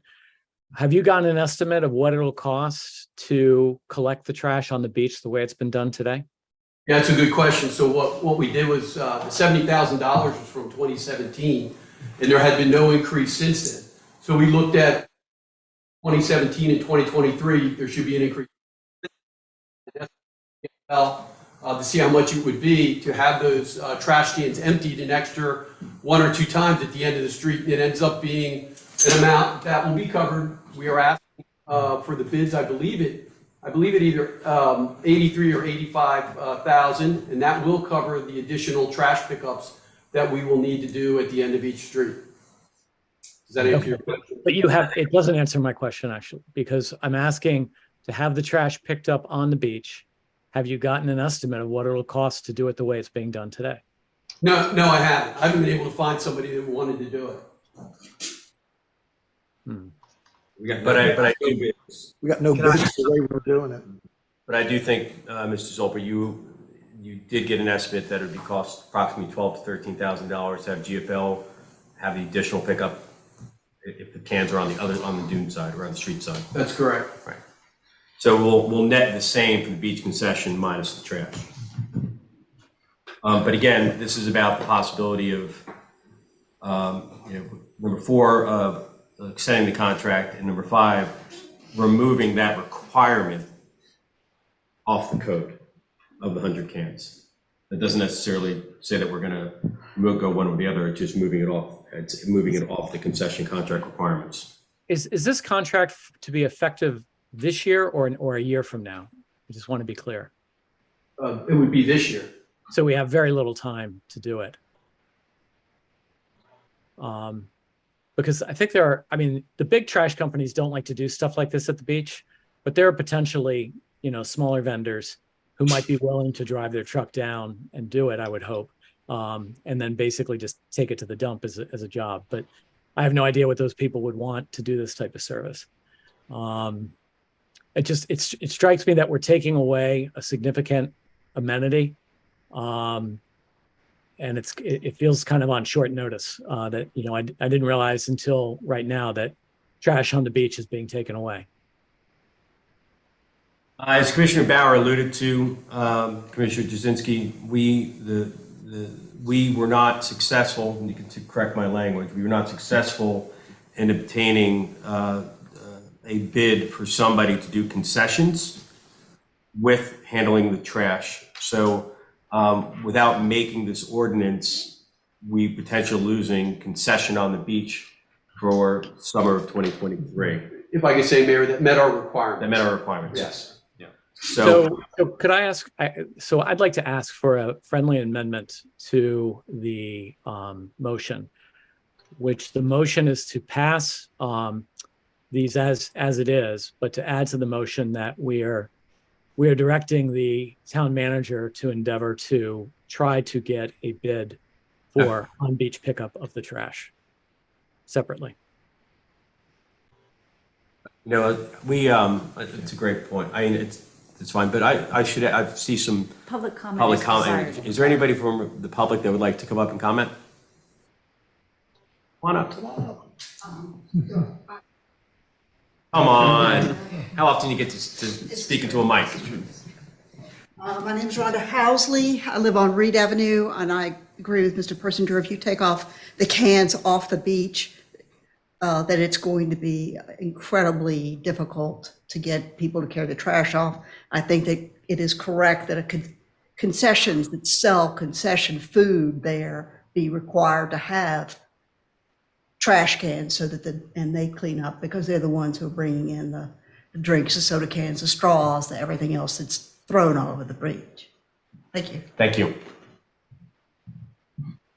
Yeah, please, come on up. Hi, Sandy Paulin. I live also on Reed Avenue. So you can't be heard until you're near the microphone. So. Oh, I'm sorry. Okay. Sandy Paulin. I live at 22 Reed Avenue. I would just say that all my years of being on the beach, I do it myself. I send my grandchildren to the trash can, here, take this bag of trash but I can see them because it's there along the fence line. I understand though what the dilemma is, and if the wind is knocking these cans over and the trash is going everywhere, that's a major problem. Can those fence-like structures be built down along the fence line, and hopefully the cans won't knock over and the trash won't fly around? I don't know, it's a thought. The other thing I was going to say is I think if we did this, we'd have to get people used to bringing a bag with them to put all their trash in. But imagine you're carrying all your beach paraphernalia with you. So now you're adding your bag of trash to get over the dune. I know. Yeah. Thank you. Thank you. Have Commissioner Jazinski restate his friendly amendment. My friendly amendment is that we pass the ordinance that is referenced in agenda items 4 and 5, but that we supplement that with, we're directing the town manager to endeavor to get bids for the on-beach pickup of the trash separately from that. Sure. With that. So do we have a motion? We have, that's the motion. Motion. Is that a motion? Give me a second. If that was a motion, I second it. All in favor? Aye. Aye. Aye. And you better say aye. Can't vote against your own motion. I think it's technically allowed. All right, so that takes 4 and 5, and again, we did not want to lose, obviously, taking concessions on the beach, so it's important. We're going to try to solve for keeping the trash on the beach. And I was just. And this is just moving it from an ordinance perspective, not necessarily intent from operational. By the way, as far as the ordinance is concerned, I don't think it forecloses you from requiring in future years. Now, this next contract's going to be 5 years long, but. Maximum of 5 years. Okay, well, it's whatever it is, but when you bid it again, I don't think this absence of this provision. Not at all. In the code would prohibit you from saying you want that from your applicant. That is correct. Yeah. All right, thank you, council. Number 6, discuss and possibly vote on ordinance to amend Article 93, Article 2, Section 93-5 of the municipal code of the Town of Dewey Beach relating to parking permits and the elimination of the daily and 4-hour minimum rates. First, is there any public comment? Kate's going to give me a buzzer from here. Yes, ma'am.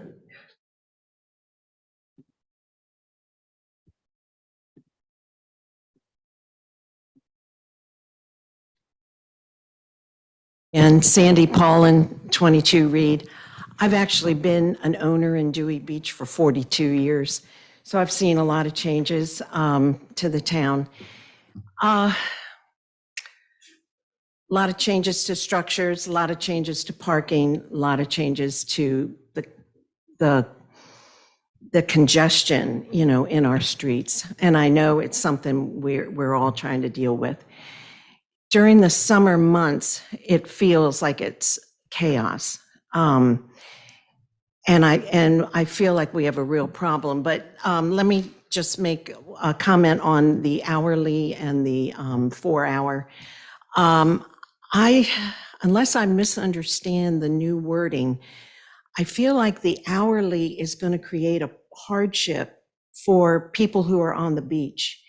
I don't know, how is it you renew your parking? You have to do it by phone. Okay, well, I know most of us do have smartphones and it's through Parkmobile or, okay. And hopefully they'll be able to do it. But you know, you've got your people who don't have the app, who don't have a smartphone. I mean, there's a few out there. Anyway, so it's a real hardship because then what do they have to do? How do they renew? But anyway, and say they're on the beach for 8 hours, you know, and going to Grotto and having a pizza and coming back for movie night and coming back, it's a Wednesday, they're coming back for s'mores at the bonfire. I mean, and they're spending a long day at the beach and they've got to keep doing an hourly update. I mean, I think that can be a hardship. Is it hourly? It's not necessarily Well, hourly. You can buy as many hours as you want. You'll be charged $3 an hour. So you could buy 4 hours if you want, or 5 hours, or 2 hours. Okay. But right now, in certain areas, I know we're not supposed to do this way, but in certain areas, you only can do 4-hour blocks. And I we're trying to see. make it so that the people aren't restricted if they want to run in to have, you know, to pick something up at Woody's. Okay. They don't have to pay for 4 hours just to do that. That's a very helpful clarification. Thank you. Because then then I see that it's not as burdensome then because I didn't want families to get so upset with our new system that they would never want to come back to Dewey Beach. No, it's just a 4-hour minimum. We're not forcing people to do 4 hours if they're going to get here 15 minutes. Uh-huh. Because Okay. right now you got to pay $12 to go Mhm. pick up your food at Woody's. Okay. All right. Hey, just pay for an hour. If you want to spend a whole hour there, go ahead. Okay, this is all very helpful information. But the last thing I just wanted to say, I put this in my email to all of you. I don't know if you saw it. But I'll just repeat. I really feel that this is a time in Dewey Beach's history, excuse me, where we're in this parking crisis. I feel like we're in the parking crisis, especially in the summertime. And so, some of these tweaks to the municipal code they feel like Band-Aids to me a little bit. They're reactions to, information that we get that someone's annoyed that they might have to pay for 4 hours when they really only need 1. But I really think we need a parking plan in the town, a comprehensive parking plan. And I just strongly, strongly encourage you, the town council and supporting staff, to think about that and to discuss it because it's only going to get worse and worse every year. So that's my. Thank you. Yeah, thank you. Bill, do you have any comments you want to make concerning the parking? Is there any other public comment? Yeah, any other Kate? public? No? All right. Commissioner Barrett. So I'll be in favor of taking this motion up here, possibly vote to amend Article 93-5 Municipal Code, Town of Dewey Beach, related to parking permits, the elimination of the daily and 4-hour minimum rates. Do I have a second before conversation? I'll second for discussion. For discussion. Okay, do you have? Yeah, I guess my question is, what are we trying to accomplish here? What I think we're trying to accomplish, what the town is trying to accomplish, since they're the ones who suggested this, is basically administrative simplification. And the question then is that a good idea? Is that in our best interest? And that's the question I want to raise. I don't know what it does for income. Basically, what you're doing is you're eliminating both the discounted 4-hour minimum rate as well as the discounted daily rate. So first question is, how many of each of those types of permits are purchased now? And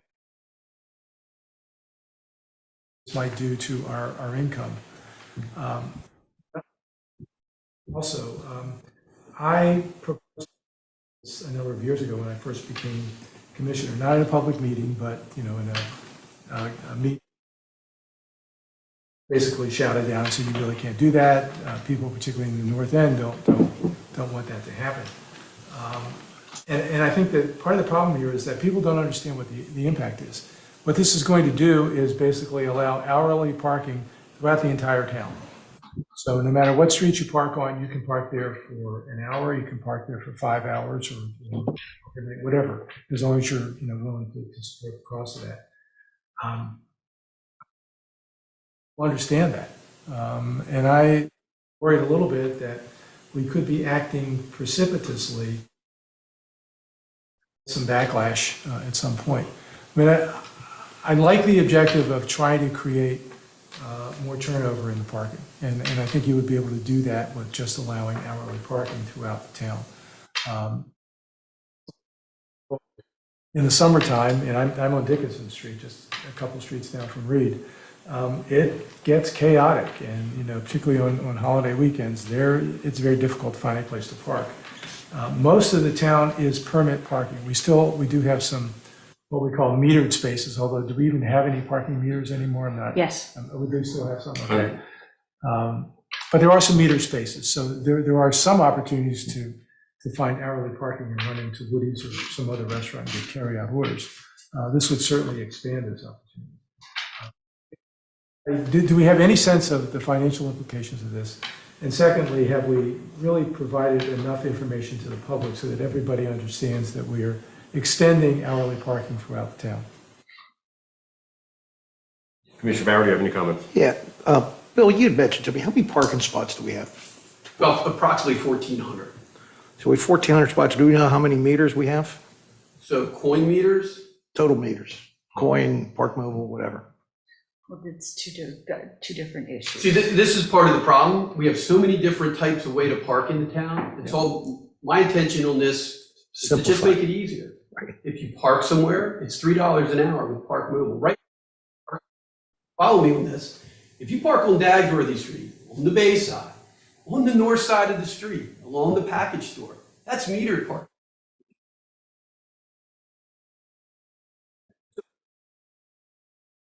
Because of that, we want to do away with that. If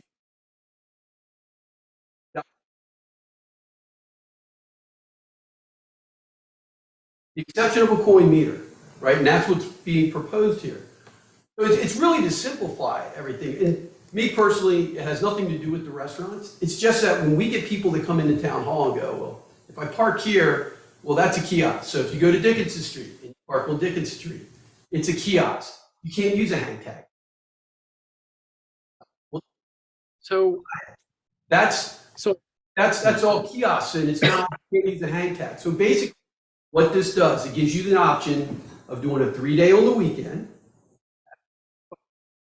And it gives you an 8-day that you can, for $80, or $90, I'm sorry, thank you, Tim. For $90, you can do park mode, okay? Or you can buy a hang tag. Or where there are limited coin meters. The golf, next to the golf, Jeremiah's, and Gary's, where we do have coin meters. Those areas you can use your coin. And those will be the only areas you can't use your hang tag. Will be, and that'll say it on the back of the hang tag. It'll say not valid in a coin meter. But it is so confusing right now for people that come into town. So, and I know the people that have lived here their whole lives, they're used to that, but a lot of our visitors aren't. And whether we leave it the way it is, or we change it during 4th of July, the roads and the parking in Dewey Beach, you know, we've been on Dickinson Street. My family's been there for 60 years since I've been there. And it's always been that way. It really has. We've really tried to,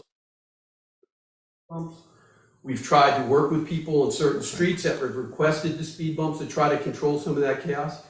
I just think this is an easier way, and I think people will understand our parking if we go to this instead of different things on different streets. Yeah, I mean, I'm fine with, here's metered and here's, passes of some sort. Because with the concept behind a meter is you want to put that in a high traffic area that turns over some multiple, right next to Gary's, for example. You don't want somebody parking there all summer. Here's my seasonal pass and I'm never moving it. Right. I mean, that's what the meter prevents. So that's the goal of it. So do we want metered parking at all, or everybody buys a pass?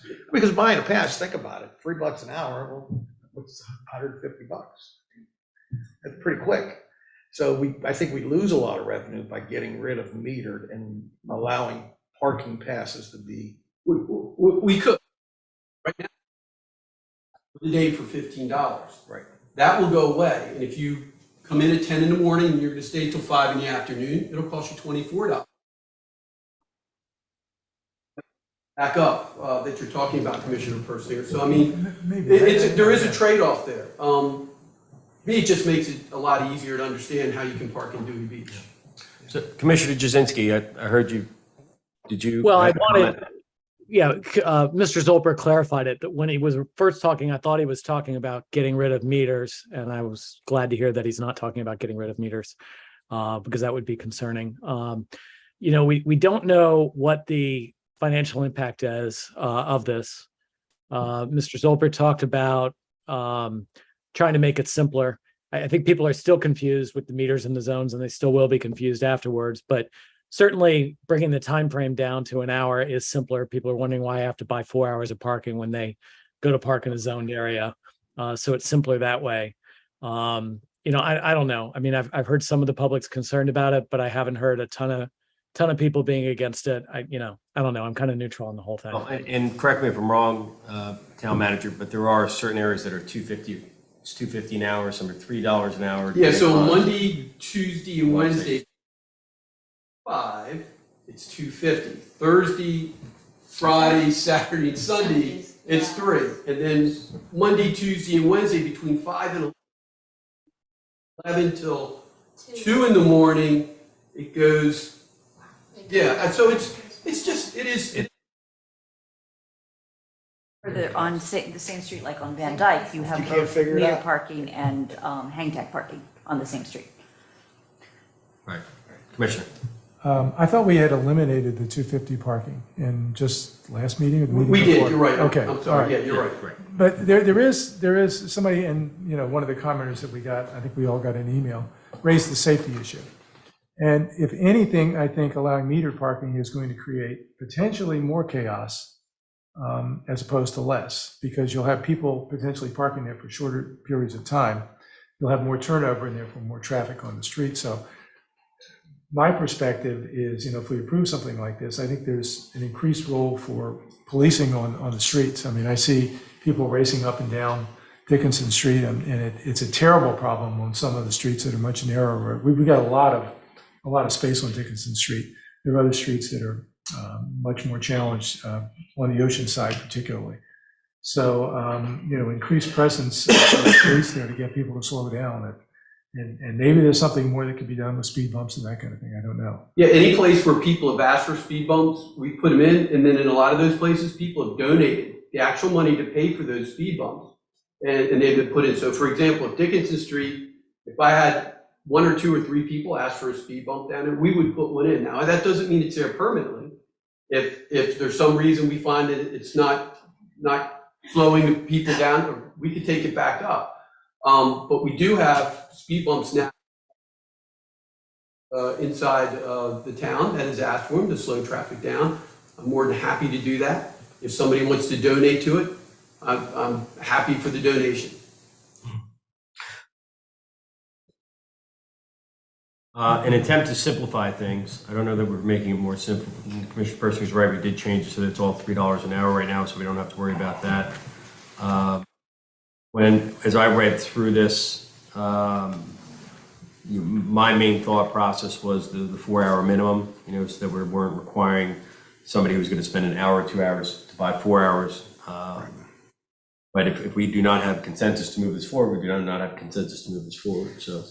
Can I ask a question? Yes, sir. So when it comes to Park Mobile, if you select 4 hours, do you not have the opportunity to customize the cost of the, you know, does it have to be the same as the first hour? Does the 5th hour have to cost the same as the first hour? It's all the same. It would be $3 an hour.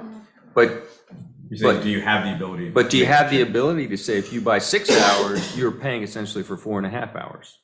Can you adjust the price and people could then make a value judgment?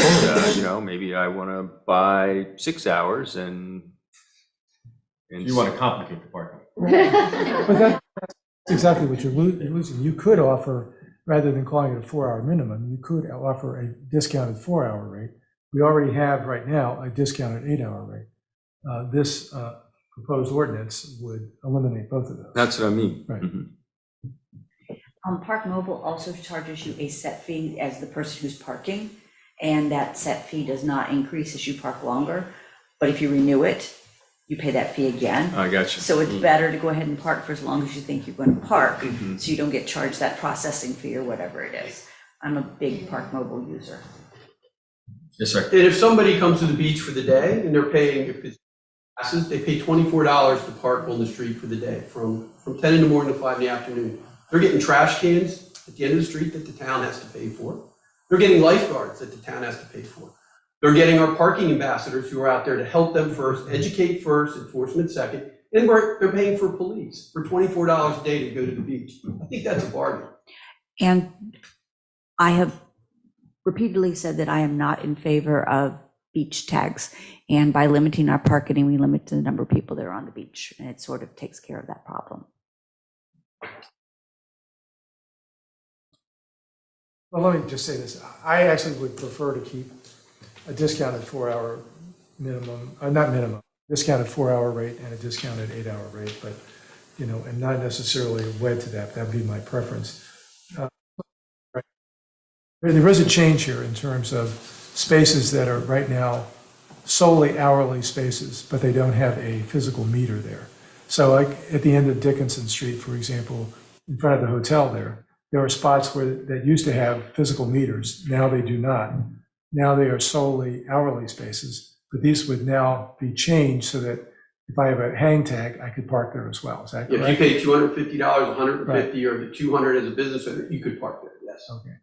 Even if I use that lifetime tag that you're going to give me, so that everybody will know whose car to target, right? There'll be actually a different color, so we will know exactly who that person is in that vehicle. And so the air will be gone from my tires.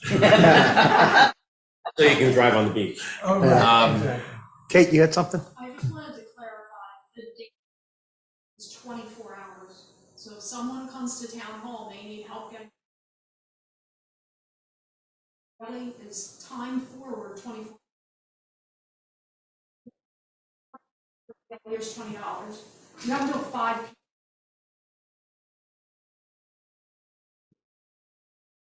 It's still a discounted rate. Just Yeah. for argument.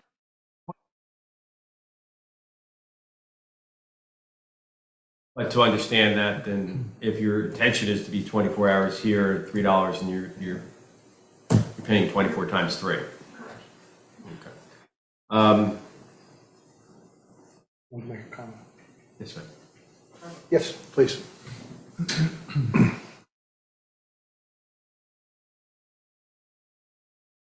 My name is Rhonda Housley. I'm on Reed Avenue. My question is, does Park Mobile have the ability, software-wise, to come back and say all 14,000, where it is, spaces are filled, and that there are no parking available? It does have the capacity to tell you that you don't have to pay. Like if it was a Monday night and you wanted to come in and park and you were trying to pay, it will tell you there's no charge right now. So it will fail But to it won't collect. tell you that this parking is done. Yeah, you're thinking like a But parking garage. the at airport the parking airport. garage lies to you too. The airport parking garage lies, so it's not helpful. When they say you're third in line. So,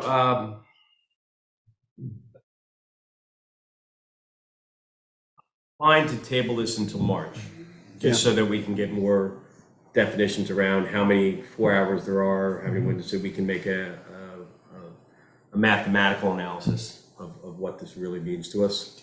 I do think that, Commissioner Persinger, I've heard as many people complain, people who not come in to town because they don't want to pay for the 4. And it's, right now, the 4 hours is not discounted because I believe the 4 hours is $12. It was is that right? $12 for Thursday through Sunday. Yeah. And 10. So it's discounted just part of it. Part of the week, not all the week. Right, okay. All right. Let's do some more of the analytics around this if we can through Park Mobile and and bring this back in March. That's okay. So do we want to formally table it? Yep, but formally, motion to table. Okay, second. All in favor? Aye. Aye. David, you were. He said aye. Aye, David? He was muted, but he said aye. No, you. Okay. Number 7, discuss possible vote on ordinance to amend Article 3, Chapter 173 of the Municipal Code of Town of Dewey Beach to clarify existing provisions on trees and requirements for replacement of trees and expand penalties for violations. Commissioner Persinger, can you want to lead out? Yeah, what you have as a supporting document here is, first of all, an outline of the proposed changes. An ordinance that has strike-throughs in the current code, and then additions that are noted in bold and underlined type for additions to the existing code. And then the last piece here would be, this is how the code would read. This begins on page 7. This is how the code would read if, in fact, we adopted all the changes that are included. We talked about the possibility of this kind of an ordinance at the last meeting. And, as a result of the last meeting, the discussion that we had, I did some initial drafts of an ordinance, and then I circulated that to Commissioner Jasinski and also to Dave Lyons, who has spoken up about this on more than one occasion. I think just wrote us an email yesterday in support of this draft ordinance. So I want to thank both of those individuals for their very helpful suggestions. And what we're trying to do here is both clarify the requirements if you want to take down a tree, as well as add some additional provisions and strengthen the penalties for violations of this chapter. So in essence, you can, if a tree is less than 20 inches in circumference, and that's about something a little over 6-inch diameter tree, you can take that down without a permit. You don't have to notify the town hall or talk to the building official. If it's less than 20 inches in circumference, you can take it down. Any tree that is bigger than that has to have a permit from the town building official in order to take that tree down. Criteria under which you can get a permit. First of all, if a tree or trees are in the footprint of the area where you're going to build your house, the building official can issue a permit for you to take that tree down. If the tree is less than 40 inches in circumference, but less than 25 feet in height, again, the building official will issue a permit for you to take that tree down. Situations under which you can get approval to get a permit to take a tree down. The destruction of the tree is required to protect persons or property from harm. Then you can take the tree down. You can get a permit to take the tree down, but you would need a statement from a licensed arborist that in fact that tree does present harm. So maybe the tree is cracked. The arborist says, okay, that has a pretty good potential of breaking off and could damage your house, or someone could be injured as a result of that. The other situation is the tree is unlikely to survive due to age, disease, or other cause. Offer that as a reason for taking down a tree, you would need to get a statement from a licensed arborist in order to do that.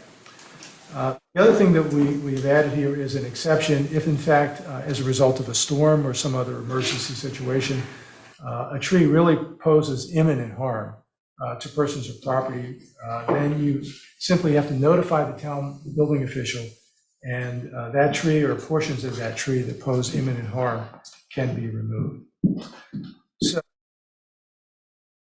are not terribly great changes or significant changes, substantive changes that we made. We've simply really clarified here the criteria for taking down a tree. Where we added something, and that is to require replacement of trees that are removed under permit. That's not something that is required right now. So if you have removed a tree under a permit, and the reason or either it's less than 25 feet in height, or it's in the footprint of the area where you're going to build your house, then you're required to replace that tree. If your tree has been damaged in some way, it presents harm or imminent harm, or it's unlikely to survive due to age or disease, you're not required to replace the tree. It's really only in those quote, voluntary situations where you would be required to replace the tree. So the criteria for replacing the tree, it has to satisfy some minimum requirements. Species that would be included on the Delaware Department of Agriculture list of recommended trees, or another substantive or similar or authoritative list that the town building official would maintain.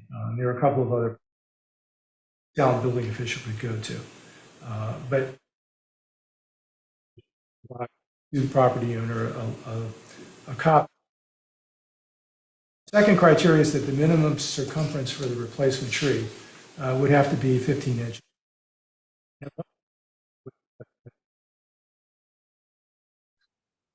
Some concern as we were talking about this, that this might be a very expensive. So we put a maximum cost in here of $5,000. So you can put something in that doesn't quite meet those specifications, if in fact meeting those specifications would exceed a cost of $5,000. I think that the minimum specifications that we settled on here in this draft really chance of coming anywhere near that $5,000. So good to have that in there as a maximum cap.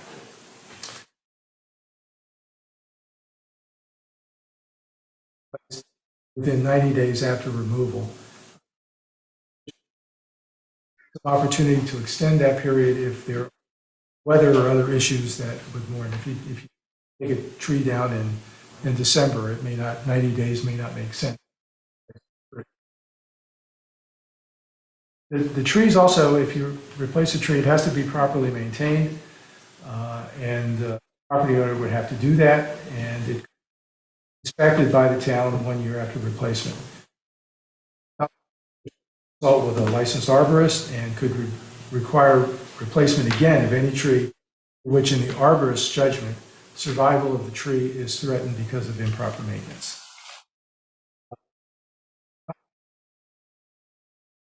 Pruning is allowed, topping is not allowed, and those are both defined in the code. That this is not really a change at all. The only thing we're adding here is that there have been some situations where the building official has been called in, and clearly what has been described as pruning is something far more than pruning. So someone who wants to prune their trees would have to come to the town, get a no-cost permit issued by the town building official before something related to right-of-way issues. That gives the town building official an opportunity to go out and get a good sense of what's being proposed in terms of pruning the tree, and could object if that's necessary to do so. The procedures for approval of, for getting a permit really have not changed. What we have changed here is really increased the penalties for violation of this statute. We would leave the minimum assessment of $500 for each offense with respect to this section of the code, and that's largely because you don't want to get fined $1,000 or $3,000 simply because you neglected to go get a building permit or a no-cost permit from the building official. And I think there are some less serious offenses here in terms of violations of this section of the code that the town building official may want to have some flexibility in terms of assessing this minimum fine. If you fail to replace a tree as required after you've taken it down under permit, if you fail to replace the tree, that would be subject to a fine of $1,000. That would increase to $3,000 if not paid within 60 days notice of the violation from the building official. If you fail to replace the tree as required within 1 year of violation, that would incur an additional $3,000 fine. And for each year that you fail to replace the tree, that fine would increase by another $3,000. And I know, Commissioner Jasinski, this was part of your notion with respect to penalties. I don't know if you want to offer any comments about why we tried to structure things this way. Sure. So I guess the first thing is thank you for all your work on this. You put a huge amount of effort into trying to get this right. The challenge we have with the tree ordinance right now, as it's written, is a lot of people treat the fine as a cost of doing business if they just want to get rid of their tree, or if they're building a house and they're getting rid of whatever the case is, they just treat it as a cost of doing business. $500 slap on the wrist, and they're just done with it. And speaking, for the neighborhood, what we're really trying to do is preserve the trees. We're not trying to create an income stream for the town. And the goal here is that people will replace their trees. And by basically having it that if you don't do it, it's going to kind of keep accumulating on your property. The reason for that is so that the trees get replaced. And the replacement requirements actually in this ordinance are more liberal than the replacement requirements in the original ordinance. By liberal, I mean they're more cost effective. We've kind of made the size somewhat manageable, that they don't have to get that big. We've capped an expense so people can replace it within a substantial tree, yet one that's already at least a reasonably mature. So this is really just objecting, or its objective is really just to get people to get the trees replaced rather than treating it as a cost of doing business. Yeah, and just a couple other points about penalties. If you remove a tree without a permit, you're subject to a $3,000 fine. And you're still required to replace that tree with a tree of comparable size and comparable species, again, selected from this approved list of recommended trees. Similar to the other situation that if you remove it under a permit and you fail to replace the tree. The fine for improper removal or destruction that remains unpaid after 60 days shall incur an additional $3,000 penalty. And then if you fail to replace the tree as required within a 1-year period, then you would incur an additional $3,000 penalty. And again, that penalty would increase by $3,000 for each additional year that the tree is not replaced. So the fines could build up. It's much harder to ignore the requirements here. And then the final thing that we've added is that any unpaid fines for violations of this chapter shall be satisfied before any future licenses or permits may be issued to the property owner of the subject property. So if you want to get a building permit, when you do anything else to your property that requires a license from the town, you have to satisfy any outstanding fines before you would be issued that permit or license. That's it. You sure? I think so. Long and boring presentation. Not at all. I comment. Really, question. So if I buy a house and there's a tree, I have whatever setback, I forget our setback numbers, but there's a tree or several trees within that footprint of the house that I'd like to buy, and I'm going to tear it down, I'm going to build a nice house. I'm allowed to remove that tree, correct? Yes. As long as I put another tree up. But let's say it takes a year to build my house. I don't want to put trees up before my house is done, right?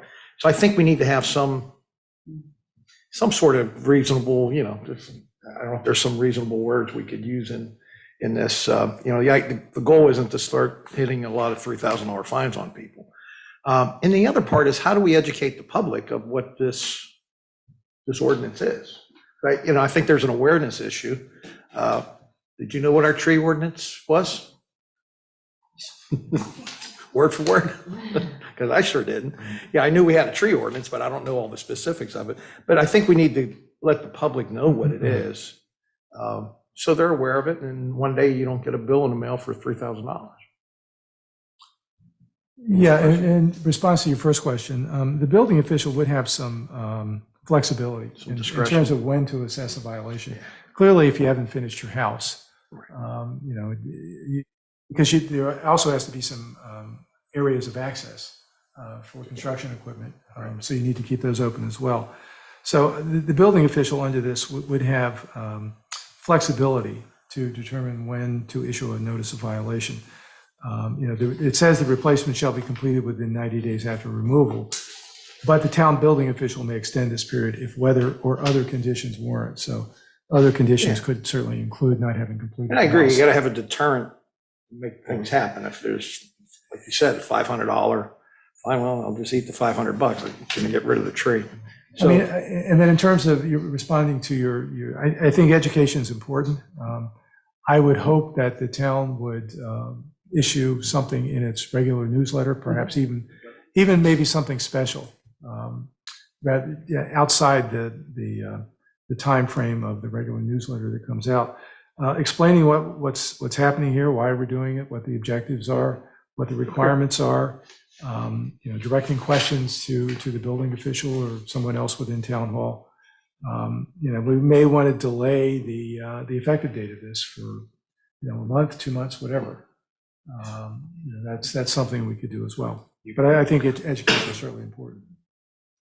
They want to try and circulate the ordinance to some of the licensed tree folks too, Right. so they could be familiar with changes that were made. Right. Realtors.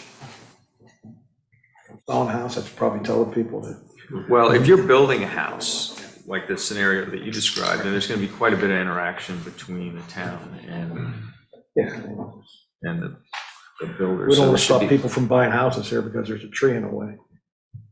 Fine. Is a tree in the way of a house that already exists? I'm not sure. A lot of these cottages are here. Mhm. You just drive through the north end. I mean, you'll see trees scattered all through everybody's lots. Just I to be, want to build within my footprint. yeah, just to be real clear, Commissioner Bauer, if you want to build a house and there are trees in the way, you can absolutely take those trees down. But for the trees that are over 20 inches in circumference, you have to put a new tree somewhere on the property. That's what the rule is. It's not that you can't build your house. Right. Right. Yeah, I mean, Make sure of that. great work on this, Gary. The intent here is to preserve the green space that we have and the environment. Any questions for Commissioner Persinger and Commissioner Jazinski? You put a lot of hours. Yeah, good job, both All right. commissioners here. That being said, can I have a motion to approve? I'll move. Can you, since you worked on it? Sure. Yeah, that doesn't always come through, but I moved, yes. And I have a second. Second. Any other discussion? Seeing any, all. What should be the effective date? I mean, right now it says effective immediately upon its passage. So do we, I'm fine with that unless you want to move it to an April 1st, put it in the new year. Yeah, let's put it in our new year. How's that? I'm more comfortable with that. I think that gives us time to educate people about that. And I think folks that have already, that are going to be getting their building permits like tomorrow, or not tomorrow, but next week, I don't want this to go in effect and then they have to go back and make some changes with our building official. We need to give a little bit more time for our building official to educate those folks Right. when they're coming in with the plans. I'll amend my motion to April 1st effective date. Give 6 weeks. Second. I second the amendment. All in favor? Aye. Aye. Aye. All right, that also passes unanimously. Good job, guys. Number 8, discuss possibly vote to approve an email campaign and request submissions from the public for a town tagline as referred by the marketing committee. I'm going to ask Commissioner Bauer to make a comment on this, and we'll have to follow up after that. So the first question everybody's asking is like, why are you considering a new tagline? It's unlike some emails that went out there that we're not here to try to make money on this thing. We don't own that tagline. It's owned by a private citizen who markets it as part of his. Dewey has used it for 40 years. We may decide that we're going to keep that tagline, and any royalties that we get from selling anything we got to pay the royalty to the person who owns a trademark. So we're going to enlist some feedback from people, and we may come up with something that we like, and we may come up with something that we don't like, and say, but we're just going to keep the one we have. But the goal isn't for us to become a marketing organization. We started handing out bags when people bought a house, and there's some merchandise in there, and nothing that has our tagline on it. But if that's your tagline for your town, you should probably use your tagline. Promote your tagline. Right? That's the whole goal. So, like if there was a coffee mug that had Dewey Beach, blah, blah, blah, blah, blah, well, that would be nice to have. And if someone comes back and they say, hey, man, I really like these coffee mugs. Can I get any more of these? Well, you can't say no. I mean, it's like, well, and we may turn around and go to the local businesses and say, hey, do you want to sell the Dewey Beach promotional products? That's something we could do. But the idea is we're not trying to turn us into a marketing organization, but if we come up with a new tagline that we like, then ultimately we're going to approve it. But the steps were, we're going to send an email out, bring these in, marketing committee will narrow it down to 4 or 5 of them, and then bring those 4, I think we said 3, we'll bring 3 to the commissioners, and we can make a decision from there. But I do have some changes to the email that was going out because it didn't have a timeline and all that kind of stuff on it. Kate, do you have the email that I sent over? And I know you looked at that email as well, but if we could, I just want to, as Kate's pulling up, just a quick clarification. The intent here was, to ask, we need to have a vote in order just to send the email, allow the email campaign to ask people for their opinions. That's what we're voting on, is to the ability for the town to send a vote. The second, the intention was never to prohibit town businesses from using this tagline. It enables them to use the tagline. And so if we come up with X, Y, and Z, and Bruce Ravallo wants to put it on a shirt, he is able to do that.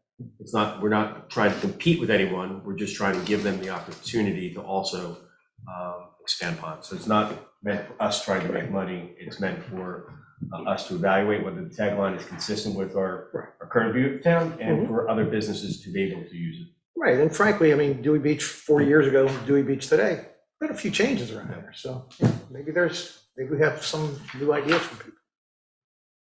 Not paying any marketing people to come up with it. We're asking our residents to give us some ideas. Well, I don't know if we need to approve the exact language on the email. I just think we need to discuss and possibly vote on the ability to use town resources to enable us. Commissioner Persinger. Yeah, I have a couple of questions. I'm a little unclear on what the current situation is. I know we've been using Dewey Beach Way of Life for a long, long, long time. And that is trademarked. Trademarked by somebody Harry here in town. Wilson, yes. And do we use that at all on any merchandise? We have that it on we've some sold? signs. We don't have it on any merchandise. But if Nothing that we if can we sell. use it, then we have to pay him some trademark fee? Yes. And, So- and any of the local businesses here would also have to pay him? That is correct. So let's say we develop our own tagline. I presume we would trademark that? We would trademark. Yes. So whatever responses we get in, the idea would be for us to trademark all three of them that we're going to recommend here. We may decide a year from now, we want to use one of the other ones. Maybe that was better. I don't know. Okay, so whatever we settle on with a trademarked name, slogan, we would make this available to local business owners? Could they use it without paying a trademark fee? Yes. So would they be able to use it for free? The intent would be that if you have a business in Dewey, we can get to how we're going to structure it, but if you are up to date with your in-town business licenses and you want to be able to market Dewey Beach sweatshirts, cups, you name it, you're able to do that as part of the Without a fee. community, without a fee. Okay. And I guess the other concern is I don't want to see the town, I don't want to see the souvenir shop set up in the new town hall. No, I want to set no, a it's not. special area there. Because I don't think it's not the function of municipal government to sell souvenirs on a routine basis. I don't think. Agreed, but if we wanted to put, I'll use the current way of life on a tote bag, we are not able to without paying a royalty. Right. But I would think it would make sense to have a limited number of products perhaps that the town might sell. Agreed. The challenge coins, that's one thing. Right. And maybe a few other things, but I wouldn't expect the town to routinely start selling coffee mugs and We don't want to little compete plates with and the like that. businesses that Okay, operate in okay, town. all right. I know that's what the email that went out said, So- that. So this is Intent the whatsoever. ability to discuss, possibly vote, to allow us to use town resources, correct? To send this email. Correct. So that being said, can I have a motion? So moved? You moved, I second. All in favor? Aye. Aye. That passes unanimously. Discuss and possibly vote to appoint Dominic Prestipino to the Budget and Finance Committee. I'll take that one as well. We've had some challenges with getting quorums on committees for, a variety of reasons, but, we need to get people that, are going to be involved in it. The idea of any committee is that, you're allowing your population to participate in what we do. It's, we could do, we have budget people here, we could do our own budgets, but we want input from the public, and that's the goal of the committee. So we've had some challenges with the budget committee that I would like to appoint Dominic Prestipino to this committee. He's local, he's a dentist, he's involved in Dewey, so I'm fine for it. I'd like to promote that, and that would help, create the quorum that we need. We've had some members that have just not come to any meetings, so if you can't come to any meetings, you really shouldn't be on the committee. Do I have a motion? I move that we appoint Mr. Prestipino to the Budget and Finance Committee. I second. All in favor, say aye. Aye. Aye. That also passes. Number 10, discussion regarding removal of administrative and licensing fees from the town code and deferring responsibility of the fees to the town manager. Town manager, do you want to make a few comments on this? Currently, for us to change a fee, it's done by ordinance. There's a number of different ones. There's many. And anytime we want to come change those fees, we'd have to come before you and change the ordinance. One of the things we're looking at is if we put them on a fee table and include that into the budget every year, as some of our surrounding communities do, and then every year we have the opportunity to go in and address those individually. And then as you vote on the budget, you would also vote to increase or decrease some of these fees instead of going through individually and doing each one. put up I for guess discussion. we have our fees tied to the code, correct? Right. And that's the challenge is now we have to write a new ordinance every time we change a fee. So this gives a lot more flexibility to administration to administrate. So I have a quick question. I support definitely getting the code simpler and not having it be complex, but are we saying that we're going to approve by resolution what all the fees are and the town manager will just administrate them? Or are we saying that the town manager will make the determination of what the fees are? I just want to be clear on that.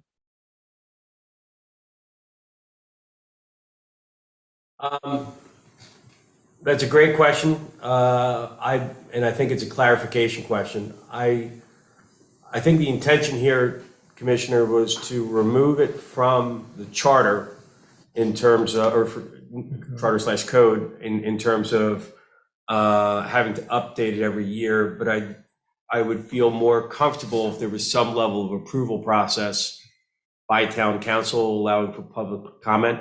Yeah. So to your point, I'd like it to be that basically those fees are done by resolution. I think it would put our town manager in an awkward position for he or she, whoever it is at the time, to be kind of the fee setter. You know what I mean? I think that we need to at least approve the fees, on a basis he or she may propose them, but we at least need to be approving a set of fees on that scale. Well, it may be the first step is to develop this a formalized administrative fee memorandum for whatever fiscal year it is. Right. Alter the code to allow for it, and then to be able to vote on it as part of the budget and finance, so that we don't necessarily have to change the code every time a fee goes from 109 to 124. I agree with that. Yeah. Right. I mean, maybe put some percentage in there. Like if something went from $1 to $1.01, we don't need to have a meeting on that to approve that. I mean, 10%, 5%, and we can put some guardrails in place that say, hey, if it's going to be more than this, then you got to bring it to the commissioners. Commissioner President. I would just say I'm opposed to the change. I prefer the current system. I think if you begin to put these things all together, you're going to lose focus on the specifics of each of the fees and devote the time that might be necessary to any given change in a particular fee. Not going to be able to devote the time to understand whether or not it's in the town's good financial interest, but it may not necessarily be in the public interest. And I think, focusing on individual fees and writing ordinances is really a much better way to do that. I think you get much more attention to it. It also, if you put these into a general fee schedule, makes it a bit more awkward to vote to approve a budget if you're okay with some of those changes but not others. It's kind of difficult to decide, do I want to vote against the budget? Do I want to vote for the budget? Again, I don't think the current system is burdensome. It does not we don't have to have public hearings to choose these or change these rather. It does require drafting an ordinance, but some of these ordinances are basically kind of boilerplate, and you plug in the specifics and change a little bit of the language and move on from there. I just don't find the current system burdensome. Commissioner Givings. Well, I have nothing to say at this point. All right.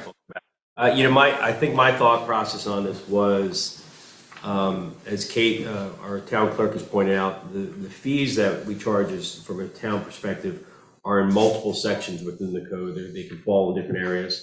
And how do we put it under one general area under permits and fees? And this could be just a change that we do in off season. During the season, it doesn't necessarily require a change for this current budget and finance. But if it was in one section and it was tabled in a way that, again, easy for people to understand what the fee structures are, it's kind of, again, trying to simplify the charter and code. You got it? Yes. Okay. So are those, would you not have the fees code or charter, so they're in ordinance, and also have a fee schedule table that has it all in one place? Because my thing is, I don't know all the fees that we charge or how much they are. And I can imagine other people in the same situation. So I like the idea of a table. That's what was appealing to me. So I think what we can do, we can not table this, but from the standpoint of let's look at identify where it's not under the fee section and try to move it to refer to the fee section, and then create a simplified chart that could then update it and improve part of the code. And maybe that's the next step versus trying to push this through. It's just a discuss item only, so. Right. All right. So we'll take that as the next steps to try to see how we can move it so that it's all one place when you're looking at fees to be charged in town. Sounds fair. Okay. Do I need to move? Motion to table? Or is it just a discussion? It was Just discussion. discuss it anyway. So you don't have to move Nope. the table? Nope. Okay. The big one, all right. Save the best for last. Can I have a brief break before we Yes. move into this thing? We're gonna take a 5-minute break. Wait, I'm hungry. I want to go to dinner. This is why it happens at 5.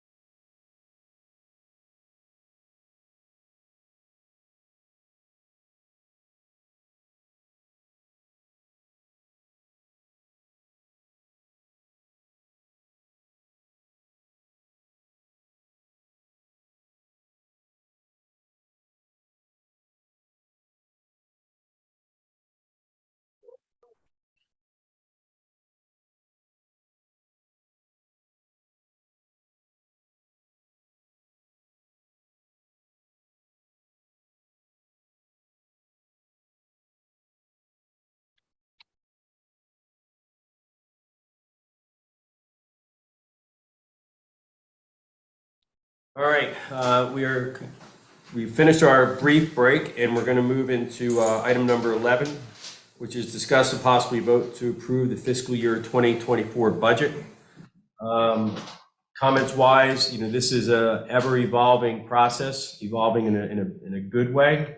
I think Town Hall's done a real tremendous job of improving from what we have had before. It did create a little bit of challenges for those of us who are used to seeing it a certain way, self-included, to seeing it a different way.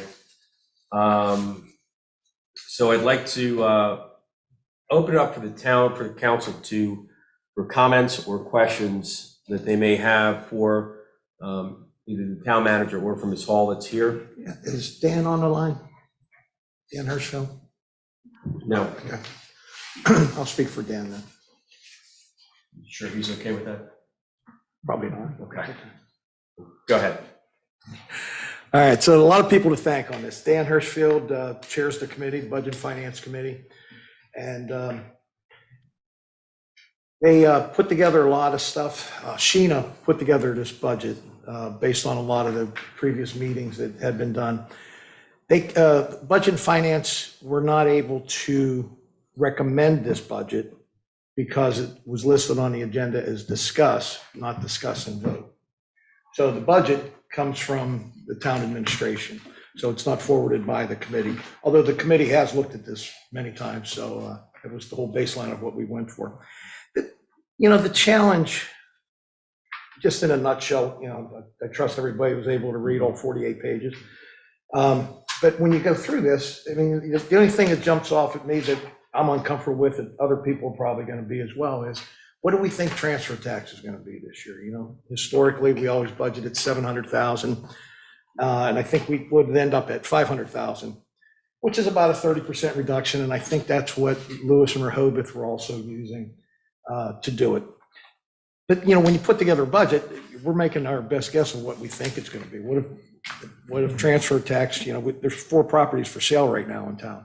If you ask me today, do I think we're going to hit that number? I'm not going to bet money on this thing here, but but I don't know what's going to happen in through the summer months and the fall and into next year. So everything could change. We sat here a couple of years ago during COVID, and we didn't know how much money. We had no idea how many people were going to buy houses during COVID. So we ended up with a lot of excess money over the years. So if we do fall short, we've made it at other years. That's why you have rainy day funds.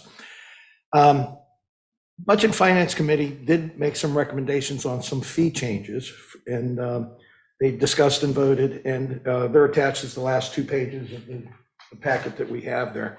And we can discuss that because that's one of the things, we haven't raised our fees since 2012. So it's been 11 years.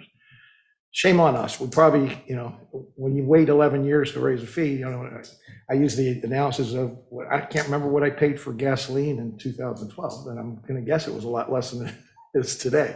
But even this year, our inflation rate is 7%. We should probably tie our fees to something, the cost of living, but we haven't done that. So now it's, we haven't needed the money, to raise these fees in the past. But I think we are going to have a challenge this year. And, the worst thing that's going to happen is we implement some new fees. It's a percentage change, but, for example, a small business person now pays $109 and they're going to pay $139. All right, that's a percentage jump, but it's $30. And that's a whole year's fee to do business in town. That's an out of town small business. A large business such as one of our bars and restaurants, they're going to go from $382 to $488.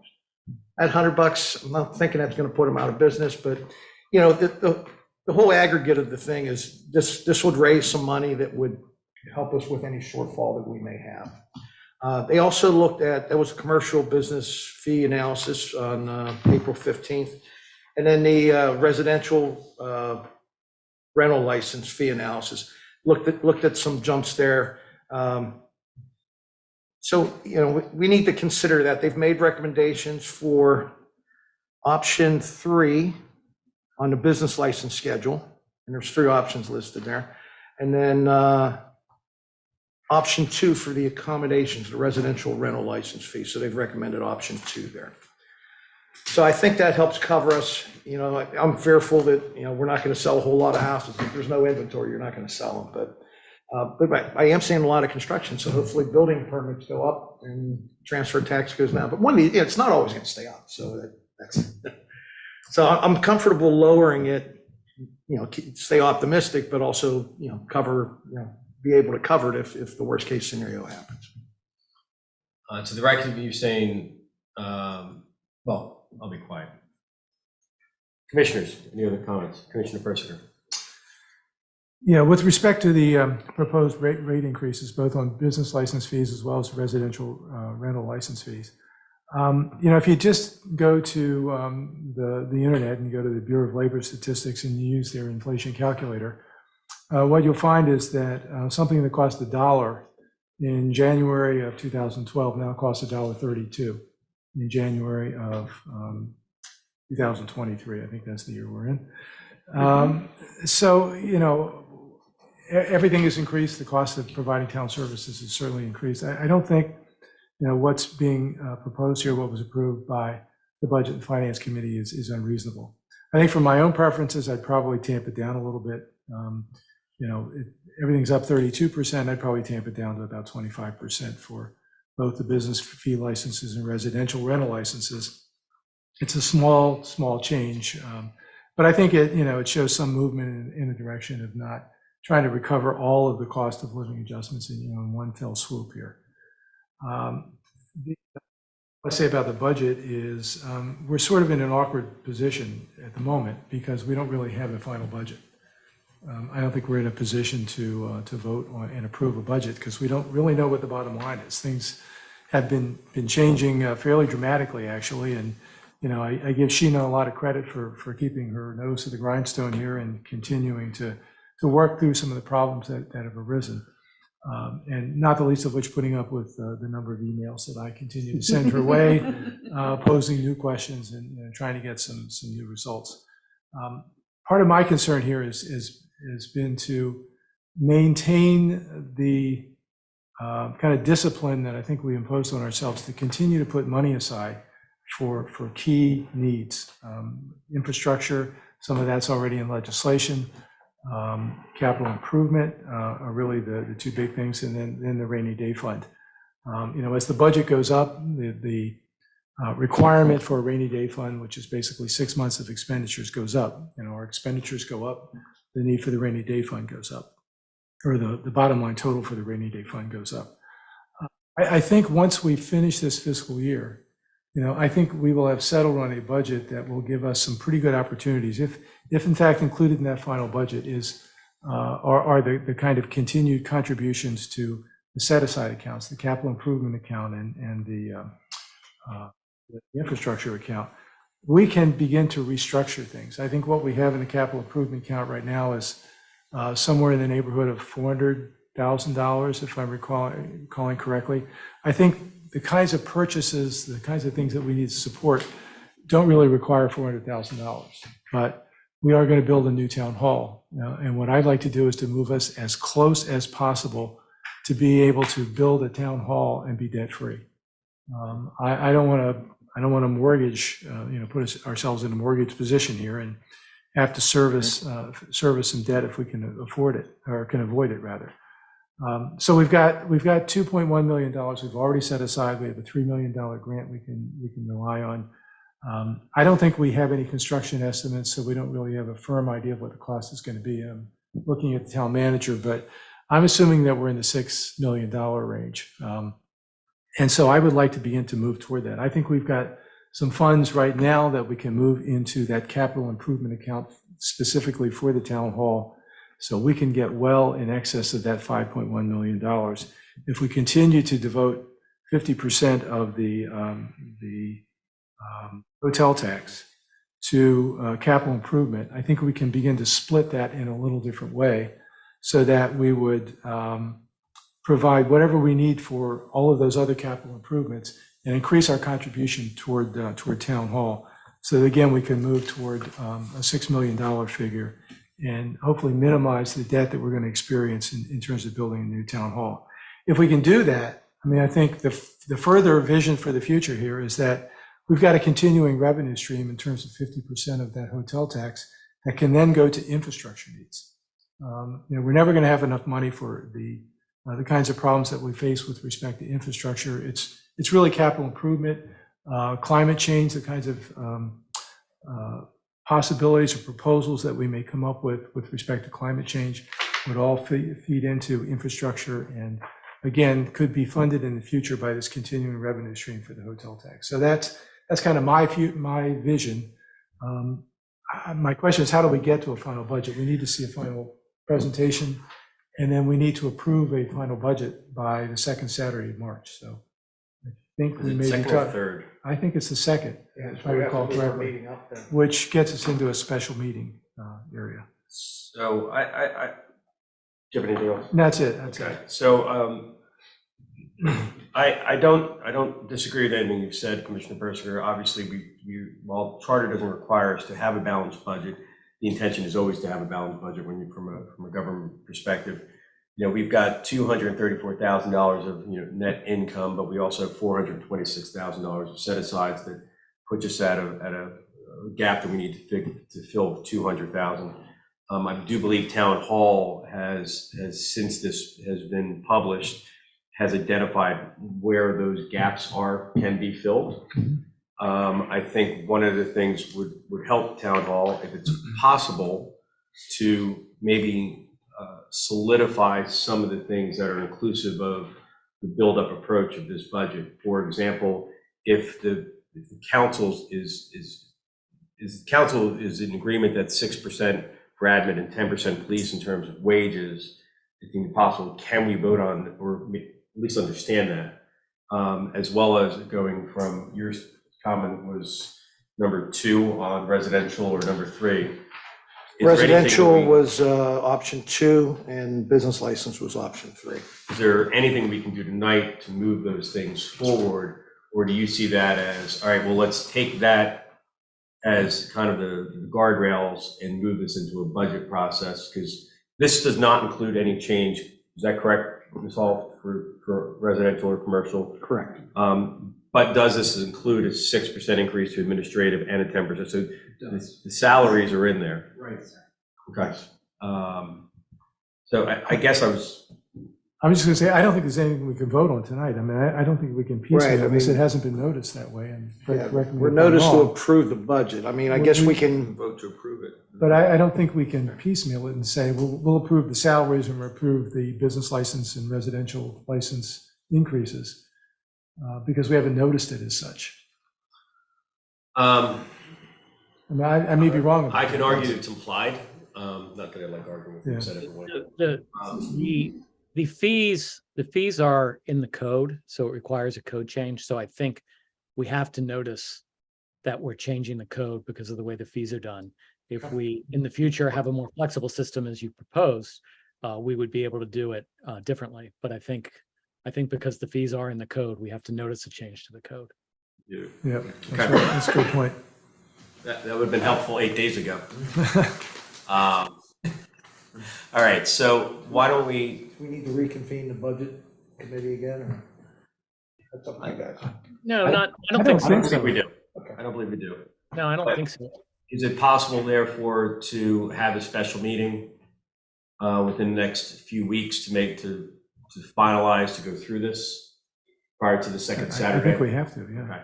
So the Yeah. second Saturday in March is March 11th. So it gives us March 3rd and March 10th as possible Fridays.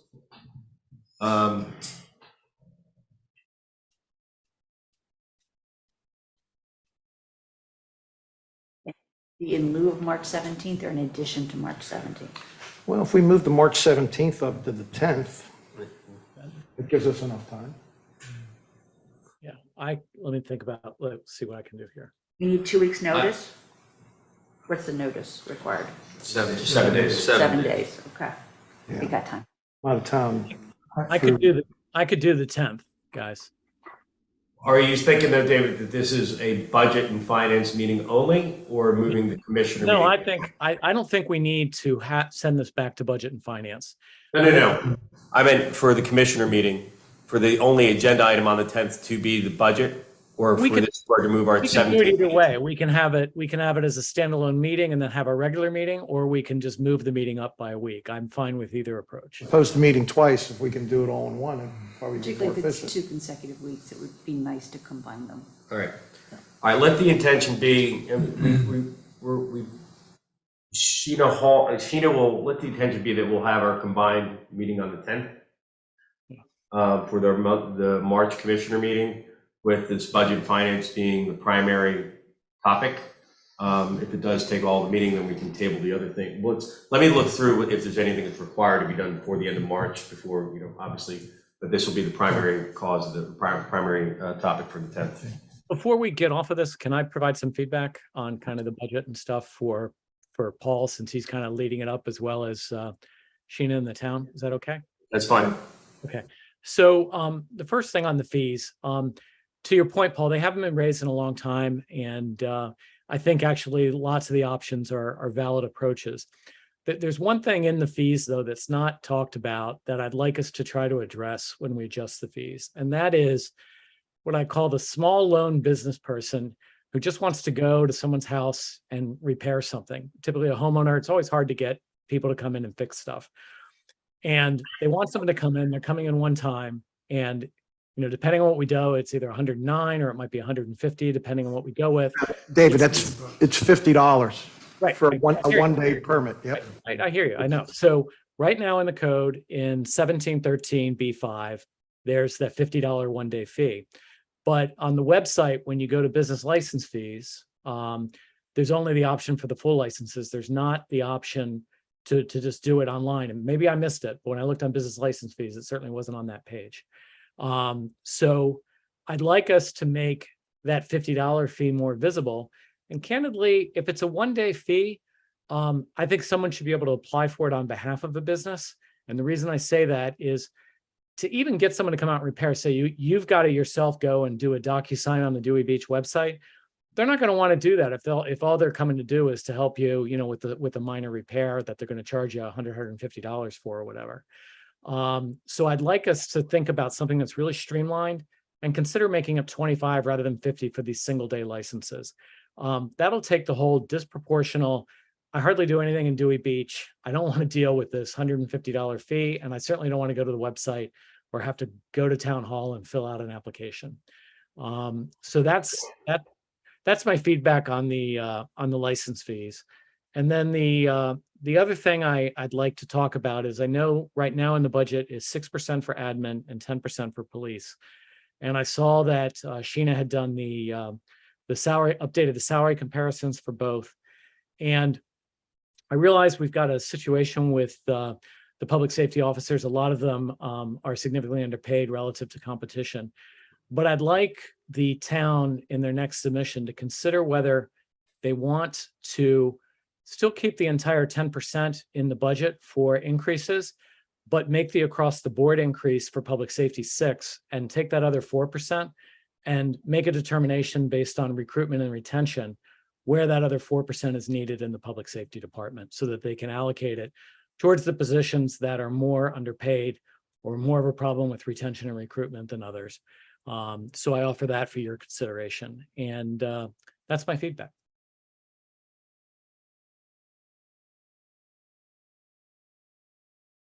I think all of the suggestions you just made.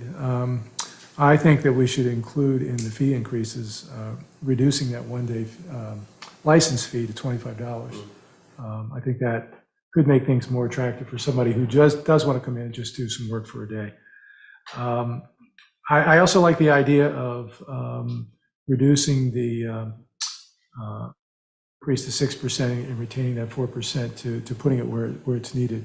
I mean, the sort of frustrating thing for me a little bit is that, coming from the private sector and not the government sector, raises are based on merit and, performance. And, this would give the town a bit more opportunity to make some adjustments in salary where it truly is needed, make bigger adjustments in salary where it's truly needed, and perhaps not increase things quite so much where the comparison salaries are already pretty comparable. So again, I like Commissioner Jasinski's suggestions. I'll throw my 2 cents in. I think there's a few things going on. I do like the $25 fee. It becomes easier if you need somebody to plumber come in and fix your pipes, whatever it might be. Coming from the private sector, I also like the ability to hold the town and town hall accountable to a number in terms of the total salaries and wages, whether it be seasonal or non-seasonal in terms of employees. So we know what it takes to run the town versus do you have the right amount for this patrolman? Do you have the right amount for the building official? So that there's an amount that they can use to make sure that so-and-so is being paid appropriately and also from a merit perspective. So it's a little different than the way we've looked at it before. I also would be curious whether or not, and this isn't necessarily for next month's discussion, but I do also believe, based upon conversations that I've had with other people in town, is it'd be nice for particularly our police officers to understand what the future holds in 1, 3, 5 years, which is a little different from the private sector to the government sector, but at least they can, he or she can see that path of what it means to be a continued service here in Dewey Beach. So that's a lot to try to accomplish in that period for next month. And I don't know how we break that into smaller bites other than to possibly say that if we approve the total salary and wages to be X, then allow the town to manage to X. Possibility. So just as a thought process. But So, Mr. Mayor, if you said, and the commissioners decide, police salaries could increase 10%, you could actually say to the chief and myself, we take that 10%, we look at that, and then as Commissioner Jazinski said, maybe right now we're competing at 53,000 for a brand new officer that we want to bring out of the academy. Rehoboth is at 62, Lewis is at 61, Bethany's at 61. We're not competing well against these other towns. So we really need to bring that up to 61,000. I think Sheena shows you how far we are behind with our police officers.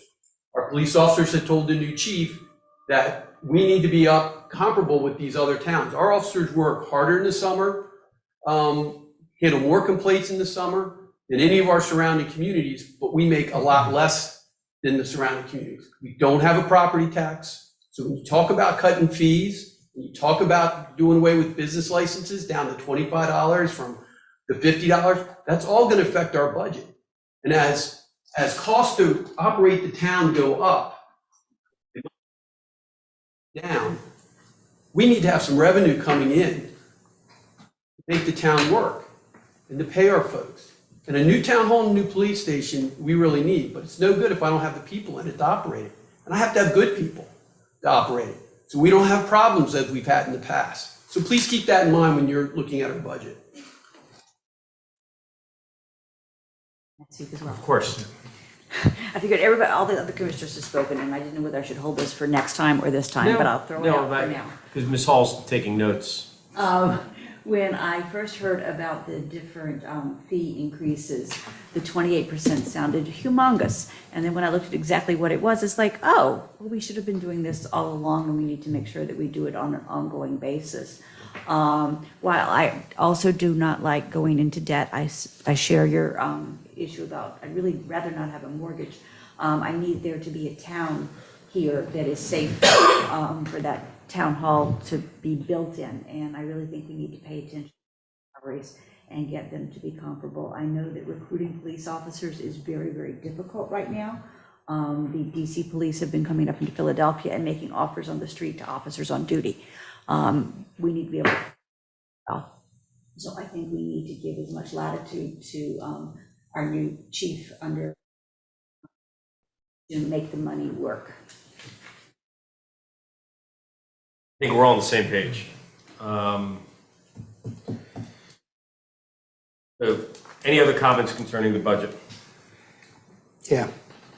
So, by the way, Sheena did a phenomenal job on comparing salaries of the other municipalities right around us.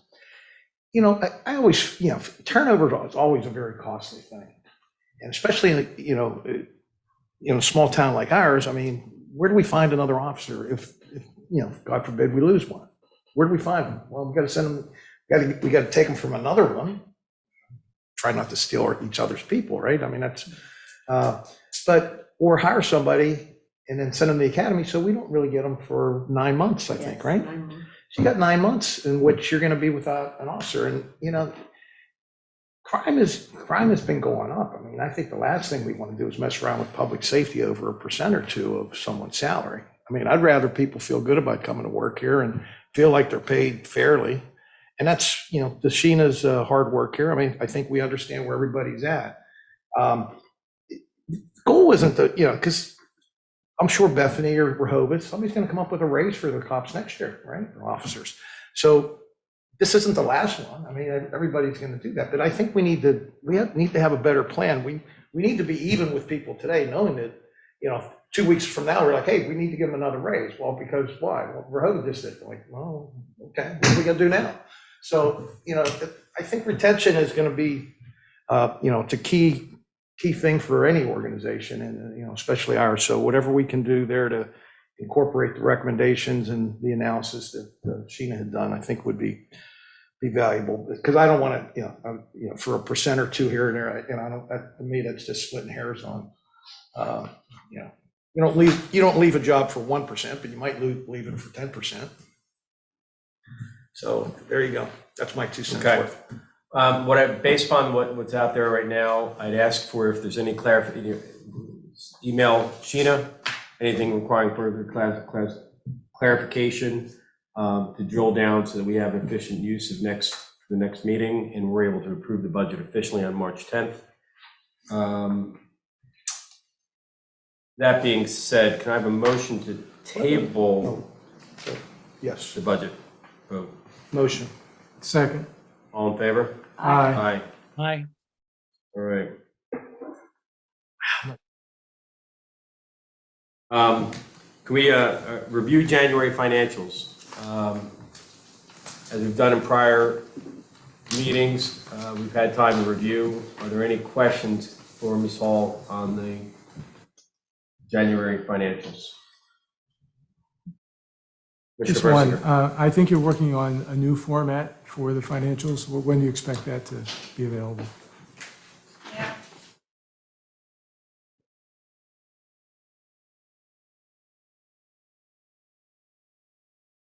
Yes, I am working on the new format. It kind of got pushed aside by trying to do this. I'm still revamping it because of this.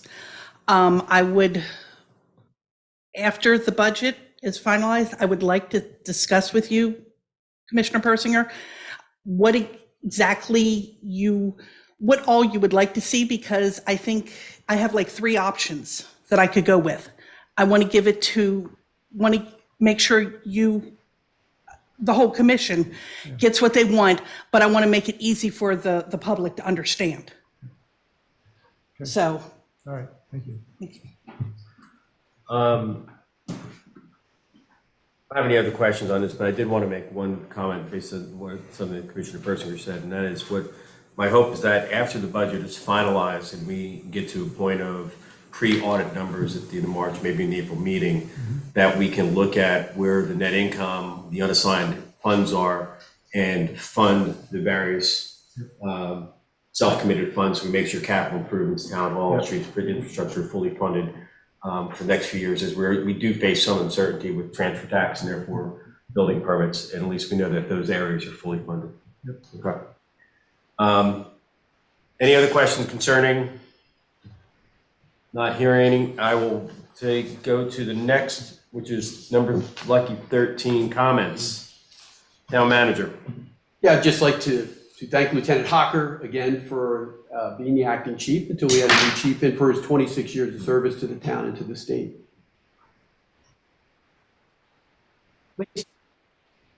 How's the last 3 hours been? Fantastic. Oh, Promotions were the best part for me. Any comments? No, I think I've been here 4 weeks. I've met with all my full-time employees and some of the part-time, because I haven't seen all the part-time people we have that have worked since I've been here. We've already ordered 4 bikes for the seasonals to use.